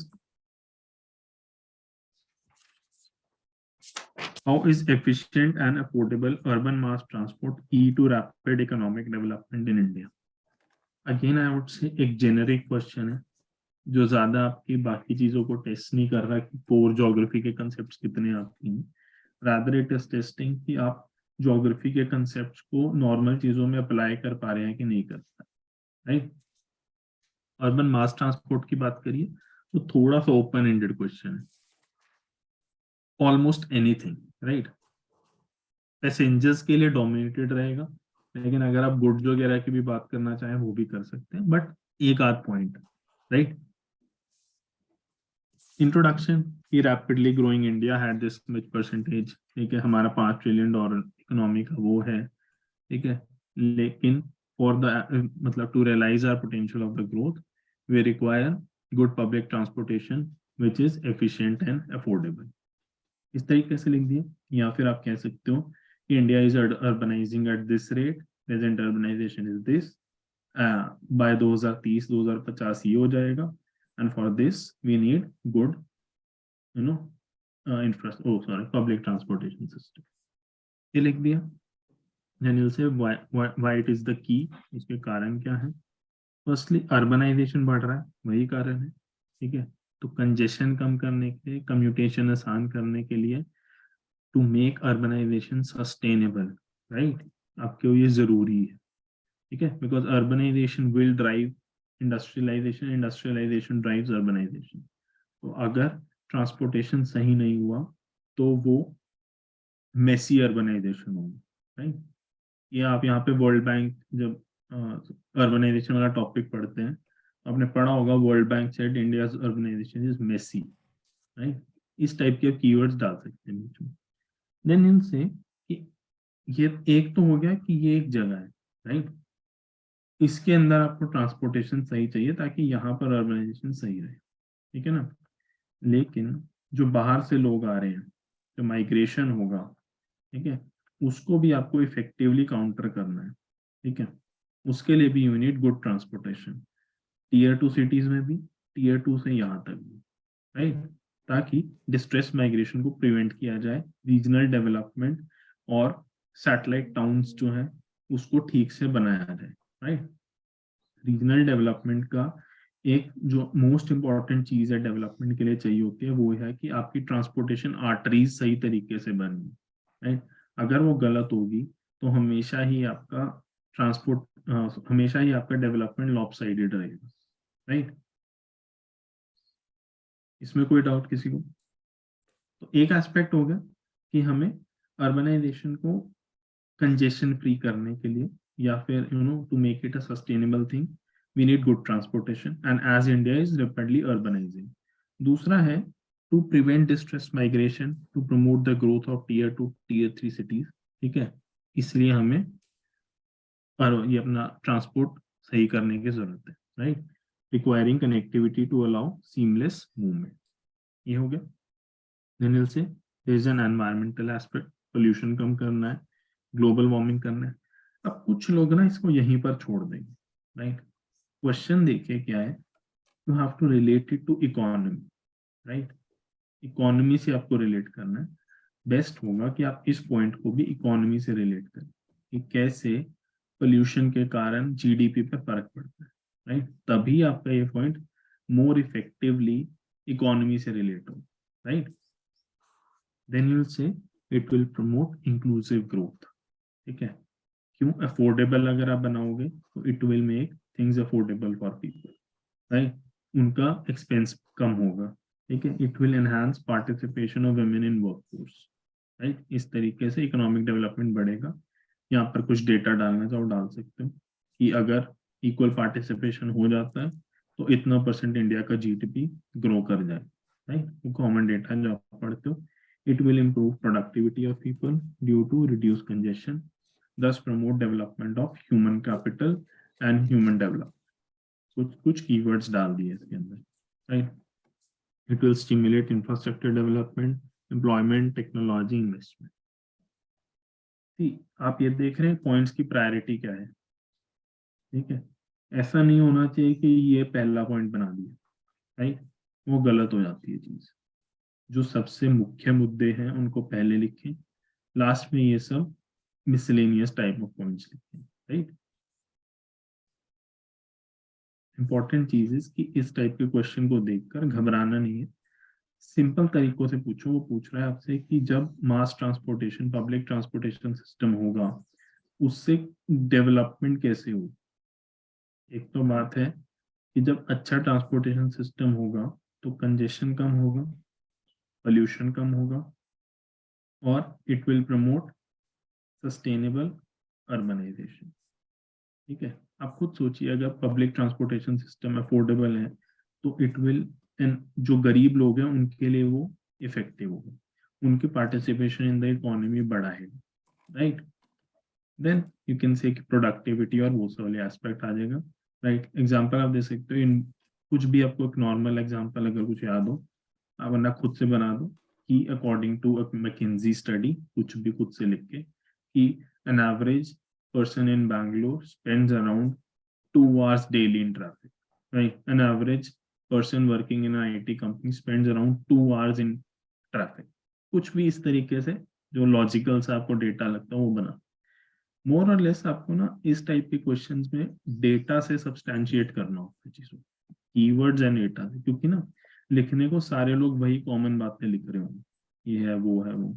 एक, कितना डाइवर्स आप पॉइंट्स बता सकते हो, दूसरा कितना आप you can keep close to the demand of the question, for example this particular point, right. इसमें अगर आप पोल्यूशन ग्लोबल वार्मिंग पर छोड़ देंगे, दिस इज इनकम्प्लीट, डेवलपमेंट से कैसे रिलेट करें। But the moment you provide this type of data you have somewhere hit the demand of the question, right? Then you'll say कि स्टेप्स ये लिए गए हैं और ये लेने की जरूरत है, राइट। SDG 11 से आप इसको एंड कर सकते, राइट। सर इस क्वेश्चन में जैसे एक ही कंपोनेंट है तो अपन सिर्फ इसमें 15 मार्क का क्वेश्चन है, तो रीजंस तो 3 पेज तक नहीं जा पाएंगे, तो उसमें फिर अपन गवर्नमेंट इनिशिएटिव कुछ 4-5 लिख सकते हैं। देखो 2 पेज तक तो आपके रीजंस जाने चाहिए at any Yes, sir. cost, ठीक है। उसके बाद आप कह दोगे few challenges faced in this aspect, right. Okay. Encroachments हैं, ठीक है, टाइम पे क्लियरेंसेस नहीं मिलते हैं और ये सब। वही है कि फिर then you will have to generate the correlated logical points, right? ठीक Okay, है, sir. आधा पेज में वो आ गया, आधा 60% पेज में, उसके बाद आपका कंक्लूजन आने है ना, या फिर मान लो हाफ ऑफ द पेज में वो आया, फिर उसके बाद थोड़े गवर्नमेंट इनिशिएटिव्स बताए, देन यू कंक्लूड। तो स्टार्टिंग में आपने बोला था इंडस्ट्रियलाइजेशन ड्राइव्स अर्बनाइजेशन। हाँ, तो वो सर्कल कह लो आप, industrialisation drives urbanisation, urbanisation drives then industrialisation.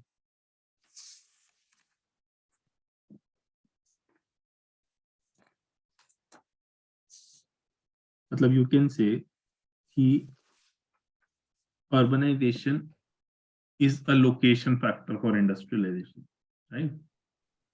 Urbanization successful location factor होता है क्योंकि वहां पे आपकी मार्केट मिलेगी आपको, राइट।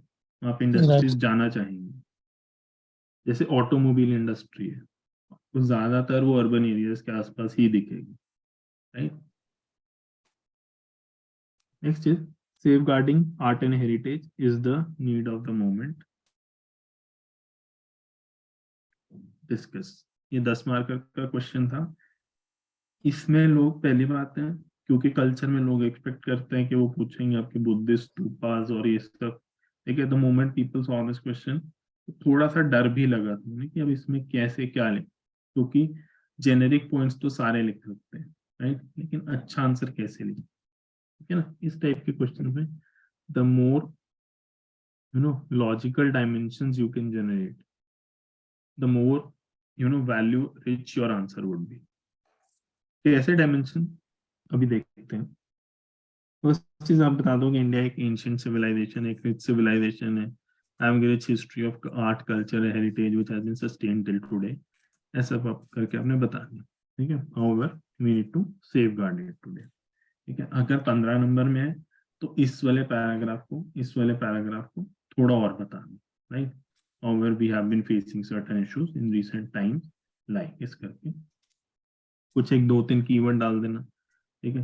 कल्चरल प्लूरलिज्म और वो सब, मतलब जो भी है, प्लूरलिज्म तो नहीं लेकिन सिंक्रेनिटिज्म और वो सब, ठीक है। नेक्स्ट है कि देखो सेफगार्डिंग नीड, ये जेनेरिक कई जगह आता है, ये करने की जरूरत है।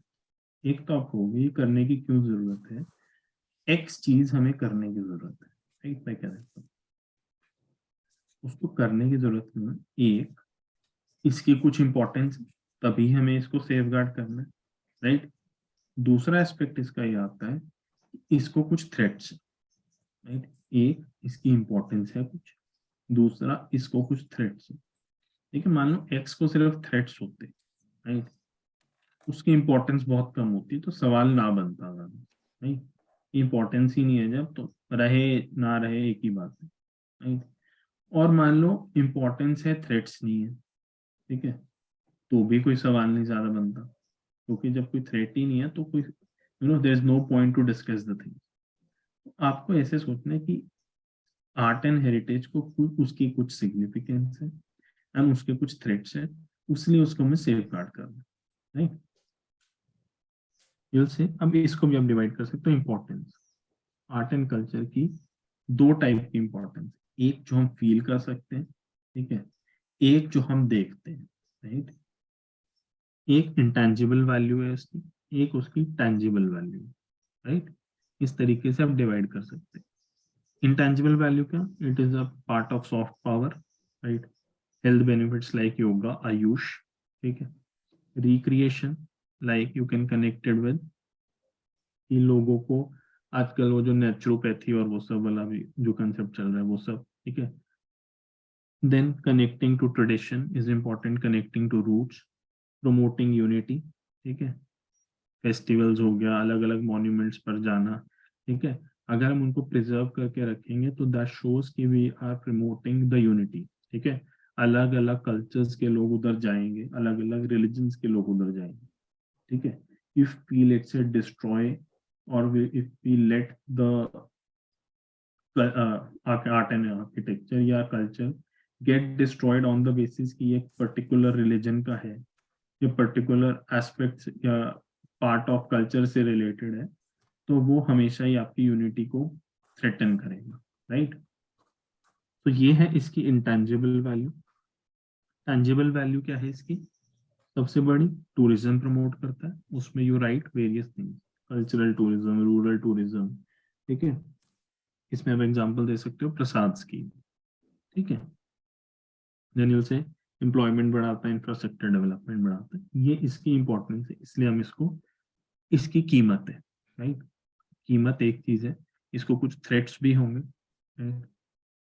वो अगला पार्टी की थ्रेट्स क्या है इसको. दिल से industrialisation, globalisation, westernisation is the first thing, जो कि अनकंट्रोल्ड अगर हुई, सॉरी इंडस्ट्रियलाइजेशन में मत लिखना, you just write westernization and globalization, right. Then you'll say theft, biopiracy, vandalism, hazards, ये सब threats हैं. Then you'll say pollution, climate change, example Taj Mahal turning yellow, another threat. Then damaging of monuments due to lack of collective consciousness, right. awareness की कमी है, जाकर कहीं पर भी कुछ भी लिखाते हो, right. इसका मतलब आपकी कलेक्टिव कॉन्शियसनेस नहीं है कि ये हमारी ही संपत्ति है, right.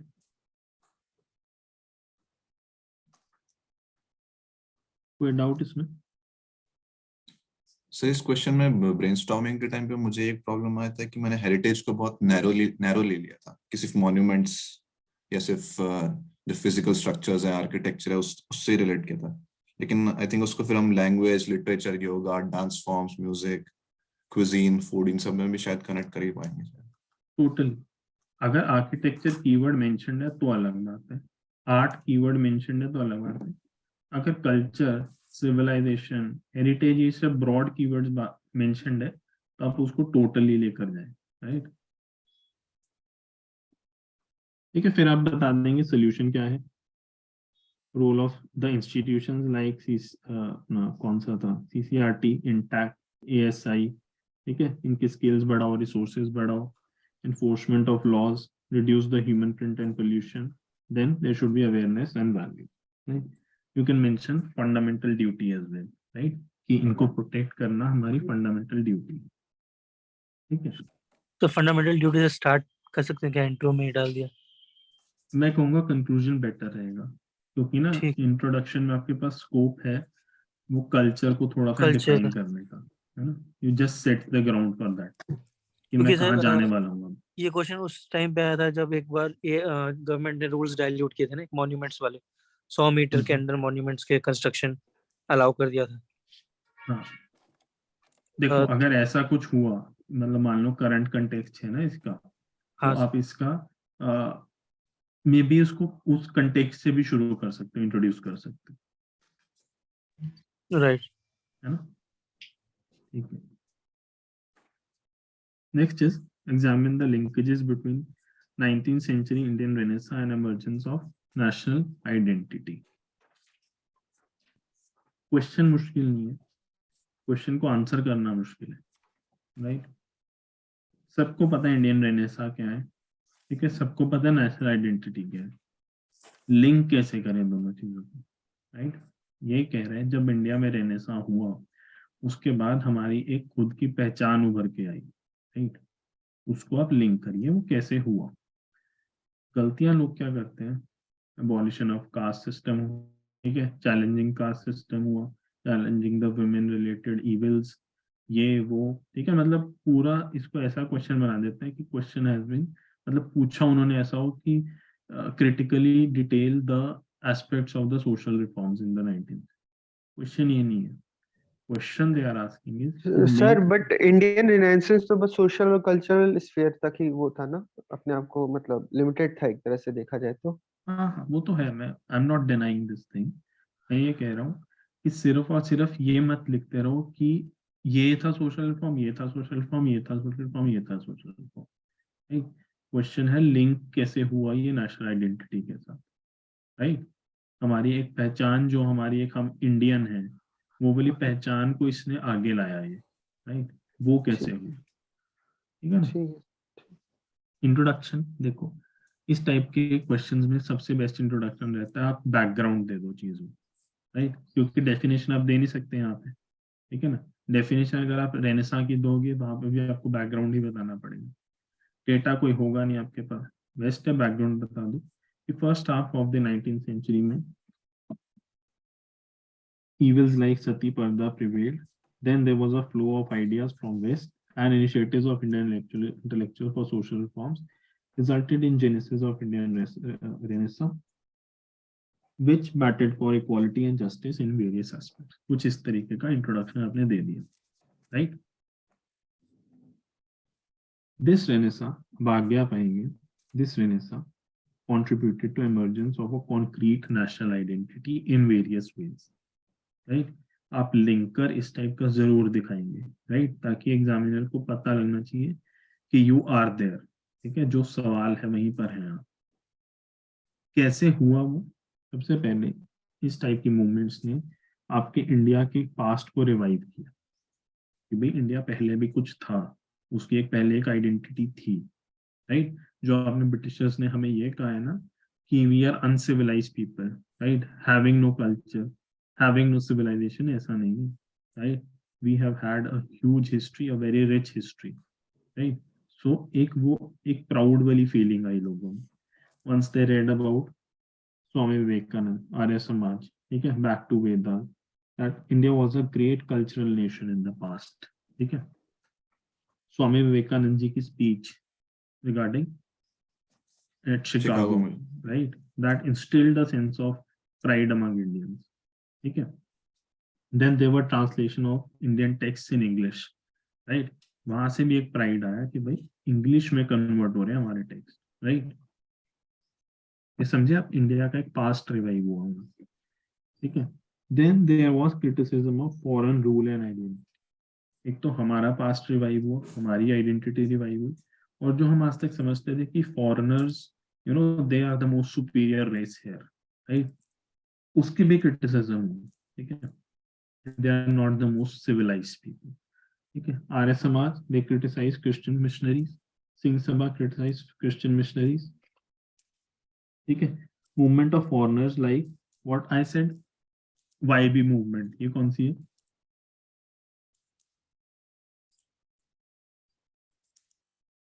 YB movement is what, Young Derojio Young movement, Bang. Young Bengal, Young Young Bengal Bengal, movement, right, yeah. ठीक है। यंग बंगाल मूवमेंट, चाहे वो एनी बेसेंट की थियोसॉफिकल सोसाइटी वाली मूवमेंट हो, ठीक है। All these contributed and instilled confidence among people and dispelled the notion of superiority of English, right? आप समझते हो, आज तक आपको कोई ये बताता आया था कि आप लोग कुछ नहीं हो, ठीक है, एंड सडनली आपको किसी ने आके बताया कि देखो आप जहां से आप आए हो ना, आपके दादा परदादा जी, इतने उनकी इज्जत थी, ठीक है, सारा दुनिया उनको मानती थी, ठीक है, और आप जिनको सुप्रीम समझ रहे हो वो कुछ भी नहीं है, right. It challenged the social evils and customs like sati, child marriage, which promoted equality for women, right, thus paving way for an identity identified by rationalism and humanism, right, एक ऐसी identity which is based on rationalism, humanism, rather than let's say obscurantism, right, समझ रहे हो आप कि सिर्फ और सिर्फ छोटी सोच से वो आइडेंटिटी नहीं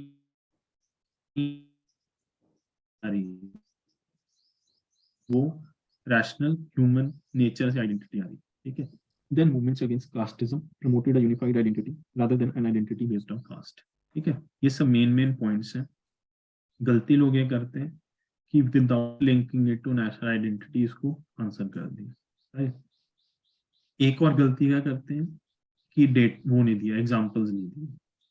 वेरेवर रेलेवेंट आपको एग्जांपल्स देने की, इसने ये किया, इसने ये किया, इसने ये किया, ठीक है ना। जैसे कास्टिज्म में आप दोगे एग्जांपल टेम्पल एंट्री मूवमेंट का, ठीक है, नारायण गुरु वाले मूवमेंट का, देन वो हुआ जी ज्योतिबा फूले वाले मूवमेंट का, ठीक है। फिर आप कहोगे however these movement had certain limitations, जो आप कह रहे थे ना, someone was saying कि सोशल और कल्चरल डोमेन में ही थे ये, राइट। वही आप यहाँ पर बता दो कि जो स्पेक्ट्रम में आपके 4-5 पॉइंट्स लिखे हैं, इनको घुमा फिर आके थोड़ा सा बता दो कि ये इनकी लिमिटेशंस थी, ठीक है। क्योंकि 15 नंबर का क्वेश्चन है, 2 पेज तक तो आप इस एस्पेक्ट को खींच दोगे, राइट। उसके बाद मुश्किल हो जाएगा, तो आप ये वाला एस्पेक्ट लोगे, ठीक है। Then you will end it at the suitable conclusion, right? Any doubt here?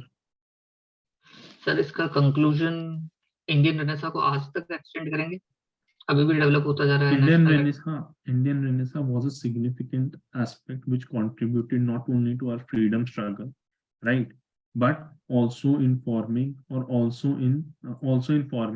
a national identity which continues till date. ऐसा कुछ लिख के खत्म।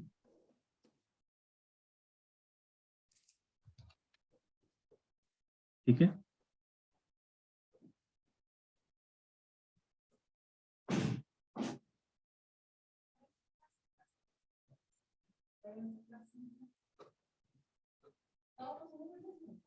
Next is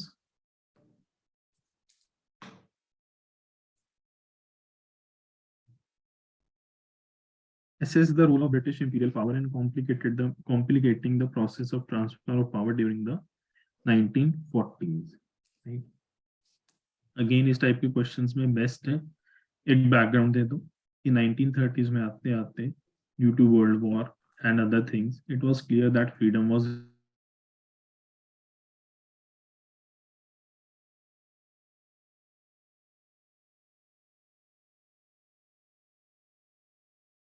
में क्या गलती करते हैं कि बस मेंशन कर दिया, ऑगस्ट ऑफर आया, क्रिप्स मिशन आया, देन वेवेल प्लान आया, देन माउंटबैटन प्लान आया, सॉरी देन कैबिनेट मिशन आया, देन वेवेल प्लान और सॉरी माउंटबैटन प्लान आया और खत्म हो गया कुछ, ठीक है। आपको ये बताना है कि इनके थ्रू ब्रिटिशर्स ने कॉम्प्लिकेट किया था प्रोसेस, ठीक है, वो आपको दिखाना है। यू विल से कि they were irresponsible and incomplete offers। यहाँ पर आप किसी चीज का मेंशन कर दो, जैसे अगस्त ऑफर का कर दिया, क्रिप्स मिशन का कर दिया, यहाँ पर आप कहोगे वो कीवर्ड्स आप मेंशन करोगे, it is a post dated cheque, ठीक है, it is dead as a door nail, that the gulf has been widened between Indians and British, ठीक है। इस टाइप के कीवर्ड्स, मतलब आफ्टर ऑफ कोर्स राइटिंग कि क्या इसमें खामियां थी, कि अगस्त ऑफर में they were talking about dominion status, कि constituent assembly after the war, right, which made no suitable reason या rational reasoning नहीं थी उस टाइप की चीज की उस time, right, because the movement has come so long, right, and the legitimacy of British was already eroding. Then another point could be, यहाँ पर एक और पॉइंट आ सकता है कि आपने बिना पूछे इंडियंस को इन्वॉल्व कर लिया वर्ल्ड वॉर, ठीक है, that also complicated the whole situation, right? Understood? Then the second point would be appeasement of Muslim League, ठीक है, unnecessary appeasement किया गया मुस्लिम लीग का, which again complicated the entire process। Cripps mission में आपने क्या कहा कि दो स्टेट्स जो सेपरेट होना चाहते हैं वो हो सकते हैं, राइट। वेवेल में आपने कहा कि इक्वल रिप्रेजेंटेशन मिलेगा मुस्लिम्स को, ठीक है, in vice executive council, that is you place them on equal footing with Congress, right. Then there aspects of lack of clarification on offers। Example, cabinet mission plan में ये clear नहीं था कि separate Pakistan का क्या मतलब है, right? इसके कारण direct action, communal holocaust, right? हर आप इस एक चीज आप ये बता रहे हैं कि these are the ways in which Britishers complicated the entire process of power transfer, right? Then they were confused on the date of freedom and then sudden independence, Mountbatten plan, right? Confusion with respect to princely states, right? Whether they will be a part of union, whether they will be separate, whether their members will be nominated or elected, right? Then complicated partition, no way forward and clarity. There was complete chaos, no consultation by Radcliffe Commission. He was unaware about the geography and culture of India. Okay. So these seesaw policies plus these vested interests resulted in a bloody partition and complicated transfer of power. ठीक है, कुछ और एक points आप mention कर सकते हो कि इंग्लैंड में इलेक्शंस जो हो रहे थे उसने भी इन सब चीजों को कॉम्प्लिकेट किया. ठीक है, वर्ल्ड वॉर 2 और ब्रिटिश का पार्टिसिपेशन उसमें उसने भी इसको कॉम्प्लिकेट किया. Then you were hanging to power despite there were clear signs कि अब आपका रुकना बड़ा मुश्किल है. लेट्स से जो रॉयल म्यूटनी वाले रॉयल इंडियन नेवी वाले रिवोल्ट्स हुए थे, right? There were clear indication कि जो आज तक आपके लिए लॉयल थे, that is the military and the bureaucracy, अब वो भी आपके लिए लॉयल नहीं है. ठीक है, but despite that you kept hanging to power. ठीक है, तो इस तरीके से you can say these are the ways in which Britishers complicated the power transfer, right? गलती इसमें वही नहीं करनी है कि जस्ट लिस्टिंग कि first Cripps, Wavell, cabinet, Mountbatten, right? Any doubt in this question? So जैसे ये 15 मार्क का क्वेश्चन है, 2019 में था, तो इसको ये 6 पॉइंट जिसे आपने डिस्कस किए, तो ये 3 पेज में तो मुश्किल लग रहा है. बहुत आराम से आ जाएंगे क्योंकि आ आप जाएंगे. मेंशन करोगे ना ऑगस्ट ऑफर में ये दिक्कत थी, क्रिप्स में ये दिक्कत थी. ये तो मैंने सिर्फ कीवर्ड्स लिख दिए यहाँ पे. ये जब एक्सपैंड होंगे तो शायद आपके 3 पेज लिखने में वो भी शायद ना कम पड़ने लगे. Very easily it can fit in 2-2.5 page में तो आराम से आ जाएगा. सर फिर जैसे एक पॉइंट, जैसे अभी एक पॉइंट को हम एक्सप्लेन करेंगे तो वो ज्यादा बड़ा हो जाएगा तो प्रॉब्लम नहीं हो जाएगा, मतलब प्रेजेंटेशन वाइज? नहीं, अगर आप कह रहे हो 6 पॉइंट है, देखो 6 पॉइंट का मतलब इधर ये नहीं है ना कि 6 ही पॉइंट है, राइट? एक पॉइंट के अंदर अंदर भी आप 2 पॉइंट बता रहे.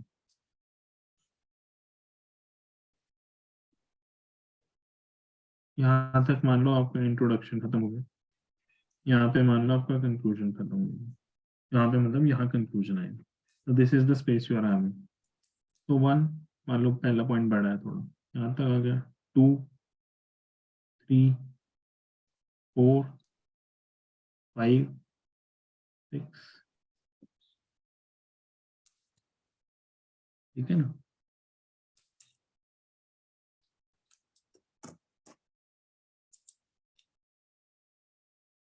ठीक है, we have discussed all the 9 questions. जो एक है वो मैंने, as I told you, we'll discuss in the 3rd session. ठीक है, it requires some bit of reading. Any doubt in these 9 questions?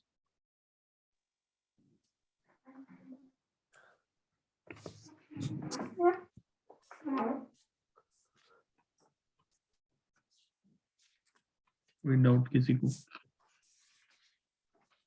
So apart from these 9 questions, थोड़ा PI कुछ related doubts थे. बताओ.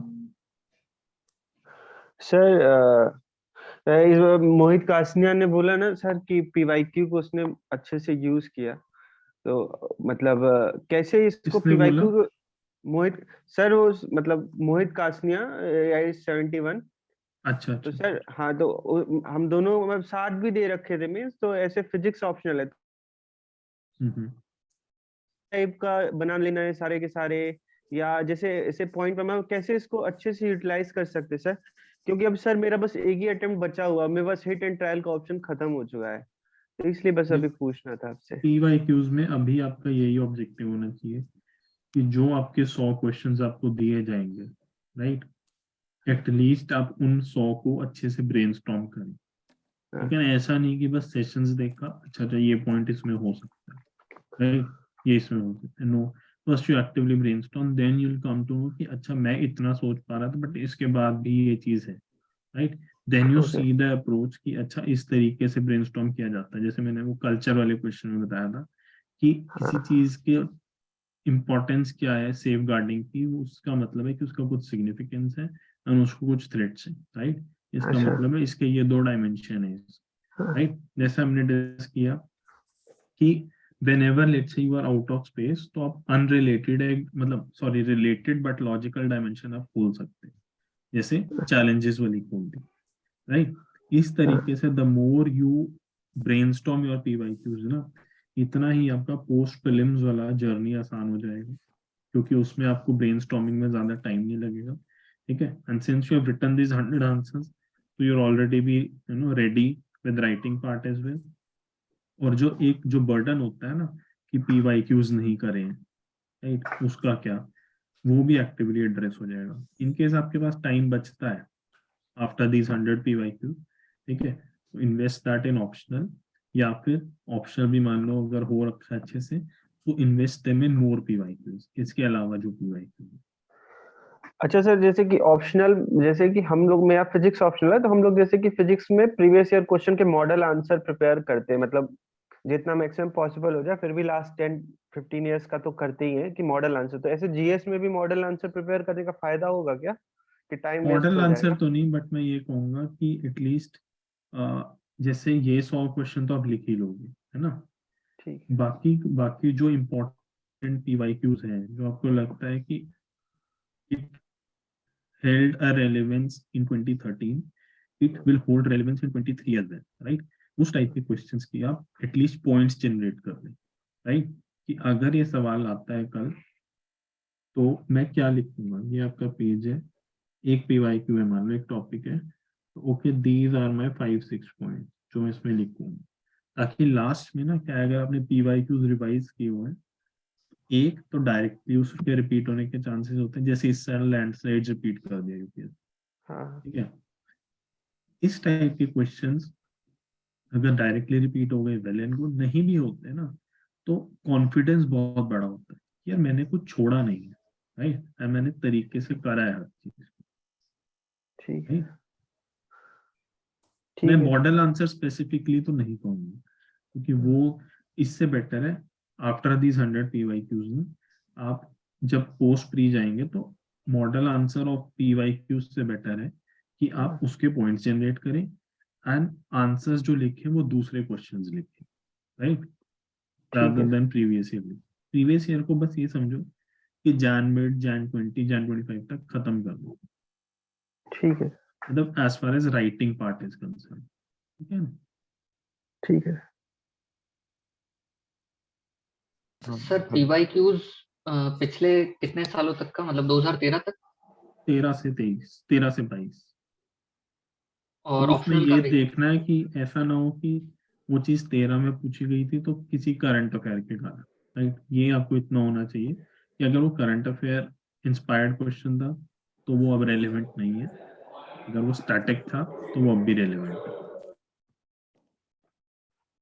और sir optional related PYQ, optional related PYQ?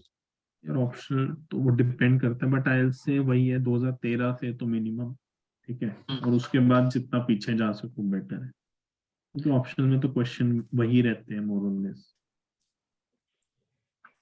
But optional पुराने to भी optional depend करेगा वो। पुराने भी रिपीट हो जाएंगे? हाँ हो ही जाते हैं, रिपीट ना हो तो एटलीस्ट कोई एक क्वेश्चन का सब पार्ट आ गया किसी ना किसी तरीके से, एटलीस्ट। मैं ये नहीं कह रहा कि सबको लिख कर देखो, सबके मॉडल आंसर्स होने चाहिए, बट एटलीस्ट आपने सबको देखा हो एक बारी, कि अगर उसमें आपको कुछ बहुत ही ऑड लगे, ठीक है, ये टॉपिक कौन सा है, at least you can Google that out, क्योंकि अगर यूपीएससी ने पूछा है वो, मतलब है कि पूछ सकता है दोबारा, राइट। अब इसका मतलब ये नहीं कि हर क्वेश्चन हर सब पार्ट का मॉडल आंसर आपके पास तैयार हो, क्योंकि उतना टाइम शायद नहीं होता है। यस। हाँ सर, वही मतलब सर थीम्स कैसे आइडेंटिफाई करें सर पीवाईक्यूज से, कि मतलब जैसे GS2 में पॉलिटिकल पार्टीज पे क्वेश्चन आता ही है, तो मतलब ऐसे सर थोड़ी थीम्स है, तो सर वो कैसे आइडेंटिफाई करेंगे? Pressure groups and other informal groups, ऐसा सब मेंशन्ड है। ये अदर इनफॉर्मल ग्रुप्स जो मेंशन्ड है ना, ये पॉलिटिकल पार्टी यहाँ से चुन रहे हैं, राइट। दूसरी बात है, पॉलिटिकल पार्टी का क्वेश्चन 2016 में आया, ठीक है, मान लो 2016 वाला जो कैंडिडेट था उसे तो नहीं पता थी ये चीज, राइट, कि पॉलिटिकल पार्टी से भी सवाल आ सकते हैं। लेकिन 2022 वाले को तो पता थी कि पॉलिटिकल पार्टी यूपीएससी के मतलब उसमें है, रडार में है ये टॉपिक, राइट? राइट उसको तो पढ़ के जाना चाहिए था। And more over I guess अगर मैं अगेन अब कहूँ तो ज्योग्राफी, जिसमें let's say 1 out of 4 questions, society again इसमें 1 out of 4 questions, and governance let's say 2 out of 4 questions. इसके अलावा ज्यादातर क्वेश्चन सिलेबस में से ही रहते हैं, तो syllabus right topic by topic तैयार होना चाहिए, वही थीम है आपकी, ओके राइट? सर। तो सर नोट्स जो प्रिपेयर कर रहे हैं तो उसमें सर ये जो पीवाईक्यूज हम डिस्कस कर रहे हैं उसमें ऐड कर रहे हैं ये जो मतलब जितने भी पॉइंट्स है। उसमें भी ऐड कर सकते हो ये, अगर आपको लगता है कि मैं पीवाईक्यूज को सेपरेटली रिवाइज करना चाहता हूँ for a sense of completion, तो पीवाईक्यूज सेपरेटली भी रख सकते हो। कभी कभी क्या होता है ना, हम उस जोन में होते हैं कि okay let me first revise the PYQs, right? उस टाइम पे आप ये चाहोगे कि मेरे पीवाईक्यूज 30-40 पेजेस में अलग से मुझे मिल जाएंगे, ठीक है? अगर वो एडेड होंगे रिस्पेक्टिव टॉपिक में, फिर आपको वो ढूंढना पड़ेगा, राइट सर। ठीक है? मैं कहूंगा सेपरेट रखूंगा। Okay sir. और सर अभी मतलब हमने डिस्कस किया तो सर अब आंसर लिखना है मतलब पूरे 10 के 10। यस, अब जिन्होंने भी आंसर राइटिंग के लिए ऑप्ट किया हुआ, they will write these 10 answers, these 9 answers, ठीक है? हाँ 10वां 9। लिखना नहीं लिखना आपकी मर्जी है, ठीक है? और कोशिश ये करनी है कि ऐसा ना हो कि you know same points same sequence में आप लिखी जा रहे हो, ठीक है? Right sir. Somewhere try to brainstorm. This is more of a fodder for you, right? Try and rearrange the sequence, the flow and everything, right? तभी okay थोड़ा सा एक्टिवली आप यूटिलाइज कर पाएंगे इस कोर्स को। राइट देखो, सर। मतलब अपने साथ चीटिंग मत करना बस, है ना? हाँ सर कोई मतलब मतलब नहीं वर्कफ्लो है यही चीटिंग है का, सेशंस का वर्कफ्लो यही है कि फर्स्ट विल ब्रेनस्टॉर्म, फिर आप राइट? उसके ऊपर फॉर्डर देंगे और फिर we have to write answers on that and improve on that. Right, फिर इवैल्यूएशन होएगा, और उसके बाद जो मुझे लगेगा इवैल्यूएशन में सब लोगों ने कॉमन गलतियां करी हैं, राइट, या किसी ने बहुत अच्छा करा है और किसी ने कुछ बहुत खराब करा है ना, वो डिस्कस कर लेंगे, राइट? सर मैंने कल आंसर ही लिखकर सबमिट किया था, मतलब पॉइंट्स नहीं, हमें नहीं लगा था कि ये हाँ, करना है, तो मैंने आपका मैंने देखा था आंसर कि ही। आपके नियर अबाउट 22 पेजेस आपने लिखे थे ना, है ना? तो हाँ, व्हाट यू डू, उसको पॉइंट फॉर्मेट में लिख सकते हो आप, राइट? जैसे हमने लिखा है ना इस ओके सेशन में, इस ओके सर। तरीके से लिखो। फुल आंसर्स आप, अगर आपने ऑप्ट किया हुआ आंसर राइटिंग के लिए, उसमें लिखो, ओके सर। ठीक है ना? तो सर हमें ऐसी ऐसी कॉपी में बना के पॉइंट्स फॉर्मेट में आपको सेंड करना है ना? बिल्कुल, मतलब ये ओके मान लो आप एक क्वेश्चन एक पेज में आ गया, ओके। ठीक है? एक्चुअली ये पता नहीं था मुझे ये सेंड करना, मुझे लगा आंसर सेंड करने के लिए कह रहे हो आप। नहीं नहीं नहीं, पॉइंट्स जनरेट करना and then send them, right? जैसे अभी हमने अभी देखो, एक डिफरेंस है, अब लोग इसको कंफ्यूज कर जाते हैं। एक चीज है आंसर्स, एक चीज है कीवर्ड्स। ना मुझे ये चाहिए आपसे, ना मुझे ये चाहिए, मुझे इसका बीच का चाहिए कोई, इसमें पॉइंट्स हो, राइट? और पॉइंट्स में कुछ कुछ जगह कीवर्ड्स भी। तो मुझे ना कीवर्ड्स चाहिए, सिर्फ कीवर्ड्स लिख के भेज दिए, राइट? कि politicisation of caste, castisation of politics, right? ऐसा नहीं है। ना मुझे प्रॉपर आंसर चाहिए आपको, ठीक है? Just send me points in a structured format, ठीक है? कि जहां पर आपने छोटी सी ऊपर हेडिंग लिखी हुई है, उसके नीचे पॉइंट्स कौन से, नेक्स्ट हेडिंग पॉइंट्स कौन से, ठीक है? वो मुझे is, M, R, the, of, for ये नहीं चाहिए उसमें, राइट?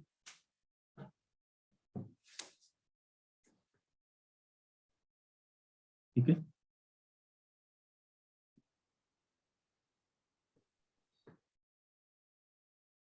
और कोई डाउट किसी को? सही, इन आंसर्स का डेडलाइन कब तक है? मैं कहूंगा कल तक कर लेना, क्योंकि वही है ना, वो इवैल्यूएट होंगे फिर तभी वो डिस्कस हो पाएंगे, है ना? ओके तो सर। 2 से 3 दिन मिनिमम लग जाते हैं इवैल्यूएशन में, already we are late by 1 day. तो आगे वाला शेड्यूल ना बिगड़े, इसलिए it will be in our best interest कि हम थोड़ा सा शेड्यूल को अडेयर करके चलें तो बढ़िया रहेगा। मे बी लेट्स से बाय टुमारो नाइट, ठीक है? ज्यादा कुछ करना नहीं आपको, पता है चीजें, जस्ट आपको 1-1.5-2 घंटे का काम नहीं है, ठीक है? And focus on quality right now, ऐसा ना हो कि मेरे को 10 क्वेश्चन है तो मुझे ये 1 घंटे में करने ही करने हैं, राइट, या मुझे 1.5 घंटे में करने ही करने हैं। इफ यू फील कि ये क्वालिटी मेरी मैटर करती है, राइट, मतलब इसमें क्वालिटी मुझे चाहिए, तो उसके लिए अगर आपने 1.5 की जगह लेट से 1.5 इज 90 मिनट्स, राइट, उसकी जगह आपने 105 मिनट्स भी ले लिए तो भी कोई दिक्कत नहीं, right. I send you the division कि कौन सा क्वेश्चन कितने नंबर का को, या फिर सबसे बेस्ट चीज है पीवाईक्यूज देख लेना, उसमें कौन सा क्वेश्चन कितने नंबर का पूछा था वो अकॉर्डिंगली उतना ही लिख देना, राइट। फ्रॉम नेक्स्ट टाइम वो मैं ब्रैकेट में लिख दूंगा कि ये क्वेश्चन 10 का, ये 15 का, ये 10 का, ये 15, राइट। और सर जो अभी जैसे आपने वो 90 मिनट्स या एक्स्ट्रा टाइम जो लेने की बात कर रहे हो आंसर राइटिंग के लिए, तो उस टाइम में जैसे हम रेफरेंस मतलब एज मतलब जो अपने नोट्स हैं या उसको रेफरेंस ले कि डायरेक्ट मेमोरी से रिकॉल करके या जो भी हम मेमोरी डिस्कस से किया। रिकॉल करके, क्योंकि अब तो आपके पास ऑलमोस्ट सब कुछ पड़ा हुआ है। देखो, एक बार इसको पढ़ लो, 2 बार पढ़ लो, ठीक है, और जब लिखो ना तब लास्ट रिविजन में जब भी पढ़ा आपने और व्हेन यू आर राइटिंग उसके बीच में keep a gap of 2-2.5 hours, ताकि वो ऐसा ना हो कि बिल्कुल इमीडिएट मेमोरी से उठ के आ गया आपकी चीज, ठीक है। वो कभी आपने पढ़ा है 2-3 घंटे पहले और फिर वहां से वो रिकॉल होके वापस आ रही, Okay. ठीक है। सर एक और मतलब हमारे पास सिलेबस है और उसके अंदर जैसे प्रेशर ग्रुप्स का टॉपिक है, तो हाँ, वो मैंने तो सब अलग अलग जगह लिखा हुआ है। मार्केट में कुछ सिंगल सोर्स मिलेगा जो सिलेबस के एक एक पेज के 1 पेजर नोट्स दे रहा हो? या जो मेजर कोचिंग इंस्टीट्यूट्स हैं उनके नोट्स ऐसे हैं, राइट, और मेजर में आपको नाम पता ही है, ठीक है? और दूसरी बात, I am not promoting marketing anything, if you want one source तो you can consider thematic notes as well. 1 pager तो नहीं मैं कहूंगा हर टॉपिक, लेकिन हर टॉपिक कवर्ड है। Could you repeat the institute name? Thematic? हमारे ही थीमेटिक नोट्स है, एसओएमपी के ही थीमेटिक यस नोट्स सर। हैं मेंस के, ओके। वो आप कंसिडर कर सकते इसमें सारे 1 पेजर तक ही हैं। मिलेंगे, मतलब सारे टॉपिक्स के? नहीं नहीं, 1 पेजर में आई एम नॉट प्रॉमिसिंग, ठीक है। हम्म। अब किसी टॉपिक के लिए अगर 3 पेज की जरूरत है तो 3 भी पेज लिखे हुए उसमें, बट कंटेंट साइड पे कंप्लीट है पूरा। ओके।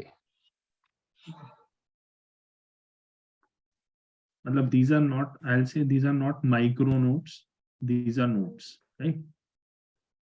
हम्म। ठीक है ना। और कोई डाउट किसी को? सर एक पेपर कंप्लीशन के बारे में डाउट था कि 1-2 क्वेश्चन छूट जाते हैं पूरा मतलब कंप्लीट करते हैं तो उसको कैसे इम्प्रूव करें? पहली बात है कि फर्स्ट थिंग इज कि आपका सिलेबस पे मास्टरी होनी चाहिए। हेलो, हाँ जी, क्या आप मेरे को सुन पा रहे हैं? Am I audible to you? Yes Yes, sir. sir. I'm saying first thing is syllabus पे मास्टरी होनी चाहिए। When I say सिलेबस पे मास्टरी, इसका मतलब है कोई भी टॉपिक उस पे आपका छूटा ना हो, मतलब जो टॉपिक मेंशन है, जो कीवर्ड मेंशन है, उस पे at least you should have half page 1 page with you, right, ताकि आ जाए तो क्या लिखना है। दूसरी बात है जो हम कर रहे हैं अभी, पीवाईक्यूज का कंप्लीट आपके पास एनालिसिस होना चाहिए, कंटेंट खुद का बना सको तो अच्छी बात है, अपार्ट फ्रॉम दीज क्वेश्चन। तीसरी चीज है आंसर राइटिंग प्रैक्टिस। चौथी चीज है जो मुझे जो लगता है लोगों का क्यों छूटता है पेपर, अनलेस लॉन्गर सेंटेंसेस, ठीक है, जो बात 2 लाइनों में कही जा सकती है उसी को 5 लाइनों में कहना, राइट। एक तो इससे एग्जामिनर बोर होता है, ठीक है, वो आपके मार्क्स भी काटता है।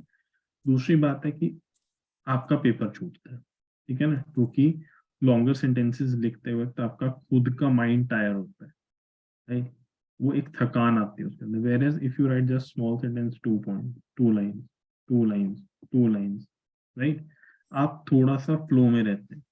देन पॉइंट फॉर्मेट में हमेशा मैं रेकमेंड करता हूँ, क्योंकि पॉइंट्स जनरेट करने आसान होते हैं, लिखने आसान होते हैं, राइट। तो ये कुछ चीजें, देन उसके बाद you will have to practice full in test once you are done with this thing, ठीक है। और इसके अलावा तो हाँ, एक और चीज है कि people lose the perspective, right. Lose the perspective का मतलब ये है कि जब मान लो लिखने बैठे तो उनके दिमाग में ये नहीं होता, मतलब इनिशियली तो होता है, ठीक है, 9 बजे पेपर शुरू हुआ, 9:15 तक ये रहता है, राइट। 9:15 तक तो they are in the zone, लिखते हैं फटाफट। 9:15 to 10:15 और 10:30 ना आप रिलैक्स्ड हो जाते हो, राइट, कि लिख रहे हैं आराम आराम से लिख रहे हैं।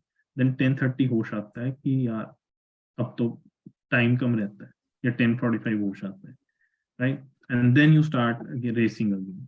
तो इस पर्सपेक्टिव को दिमाग से नहीं जाने देना कि अगर मैं किसी भी क्वेश्चन में एडिशनल लिख रहा हूँ, ठीक है, जो मतलब रिक्वायर्ड नहीं है, थोड़ा बहुत तो अलग बात है, लेकिन बिल्कुल ही आप आउट ऑफ जोन चले गए, ठीक है, उसका मुझे I have to pay for that in some question जो मेरा पूरा छूट सकता है, राइट। तो ओवर डू मत करना किसी क्वेश्चन को। अगर लगता है कि 3-3 पेज के क्वेश्चन नहीं पूरे कर पा रहे हो, राइट, तो take it down to 2.5 to 2.75, right. 3 page फिर मत लिखो पूरे, मतलब this should be the last resort, right, once you have tried everything, उसके बाद ये करना। अल्टीमेटली प्रैक्टिस है, जितनी करोगे उतना ही आपको पता चलता जाएगा कि ओके सोसाइटी के क्वेश्चन में मैं ज्यादा टाइम ले लेता हूँ, गवर्नेंस के में मैं थोड़ा ज्यादा लेता हूँ, इसका मतलब अगर मैं नेचुरली इनमें ज्यादा ले रहा हूँ तो मुझे कहीं ना कहीं अपना हिस्ट्री और ज्योग्राफी स्ट्रॉन्ग करना पड़ेगा, और पॉलिटी और आईआर स्ट्रॉन्ग करना पड़ेगा, ताकि वहां पर मैं आधा 1 मिनट बचा लूँ अपना, और उसको मैं बाकी क्वेश्चंस में यूज कर दूँ, ठीक है। देन एक रीजन ये रहता है कि लोग घबरा जाते हैं, राइट, कि देखा क्वेश्चन अब पता नहीं यूपीएससी ने क्या पूछ लिया। देखो, घबराने और आपको घबराहट देने के लिए ही वो क्वेश्चन रखे गए हैं उधर, ठीक है, तो उसमें डरने का नहीं, कुछ नहीं है, ठीक है। आप ये समझो कि एक्सपेक्टेड था ऐसा ही कुछ पूछेंगे and I am ready for it, ठीक है। Don't be surprised in the exam, rather what has been given to you accept it and keep doing your best there, right.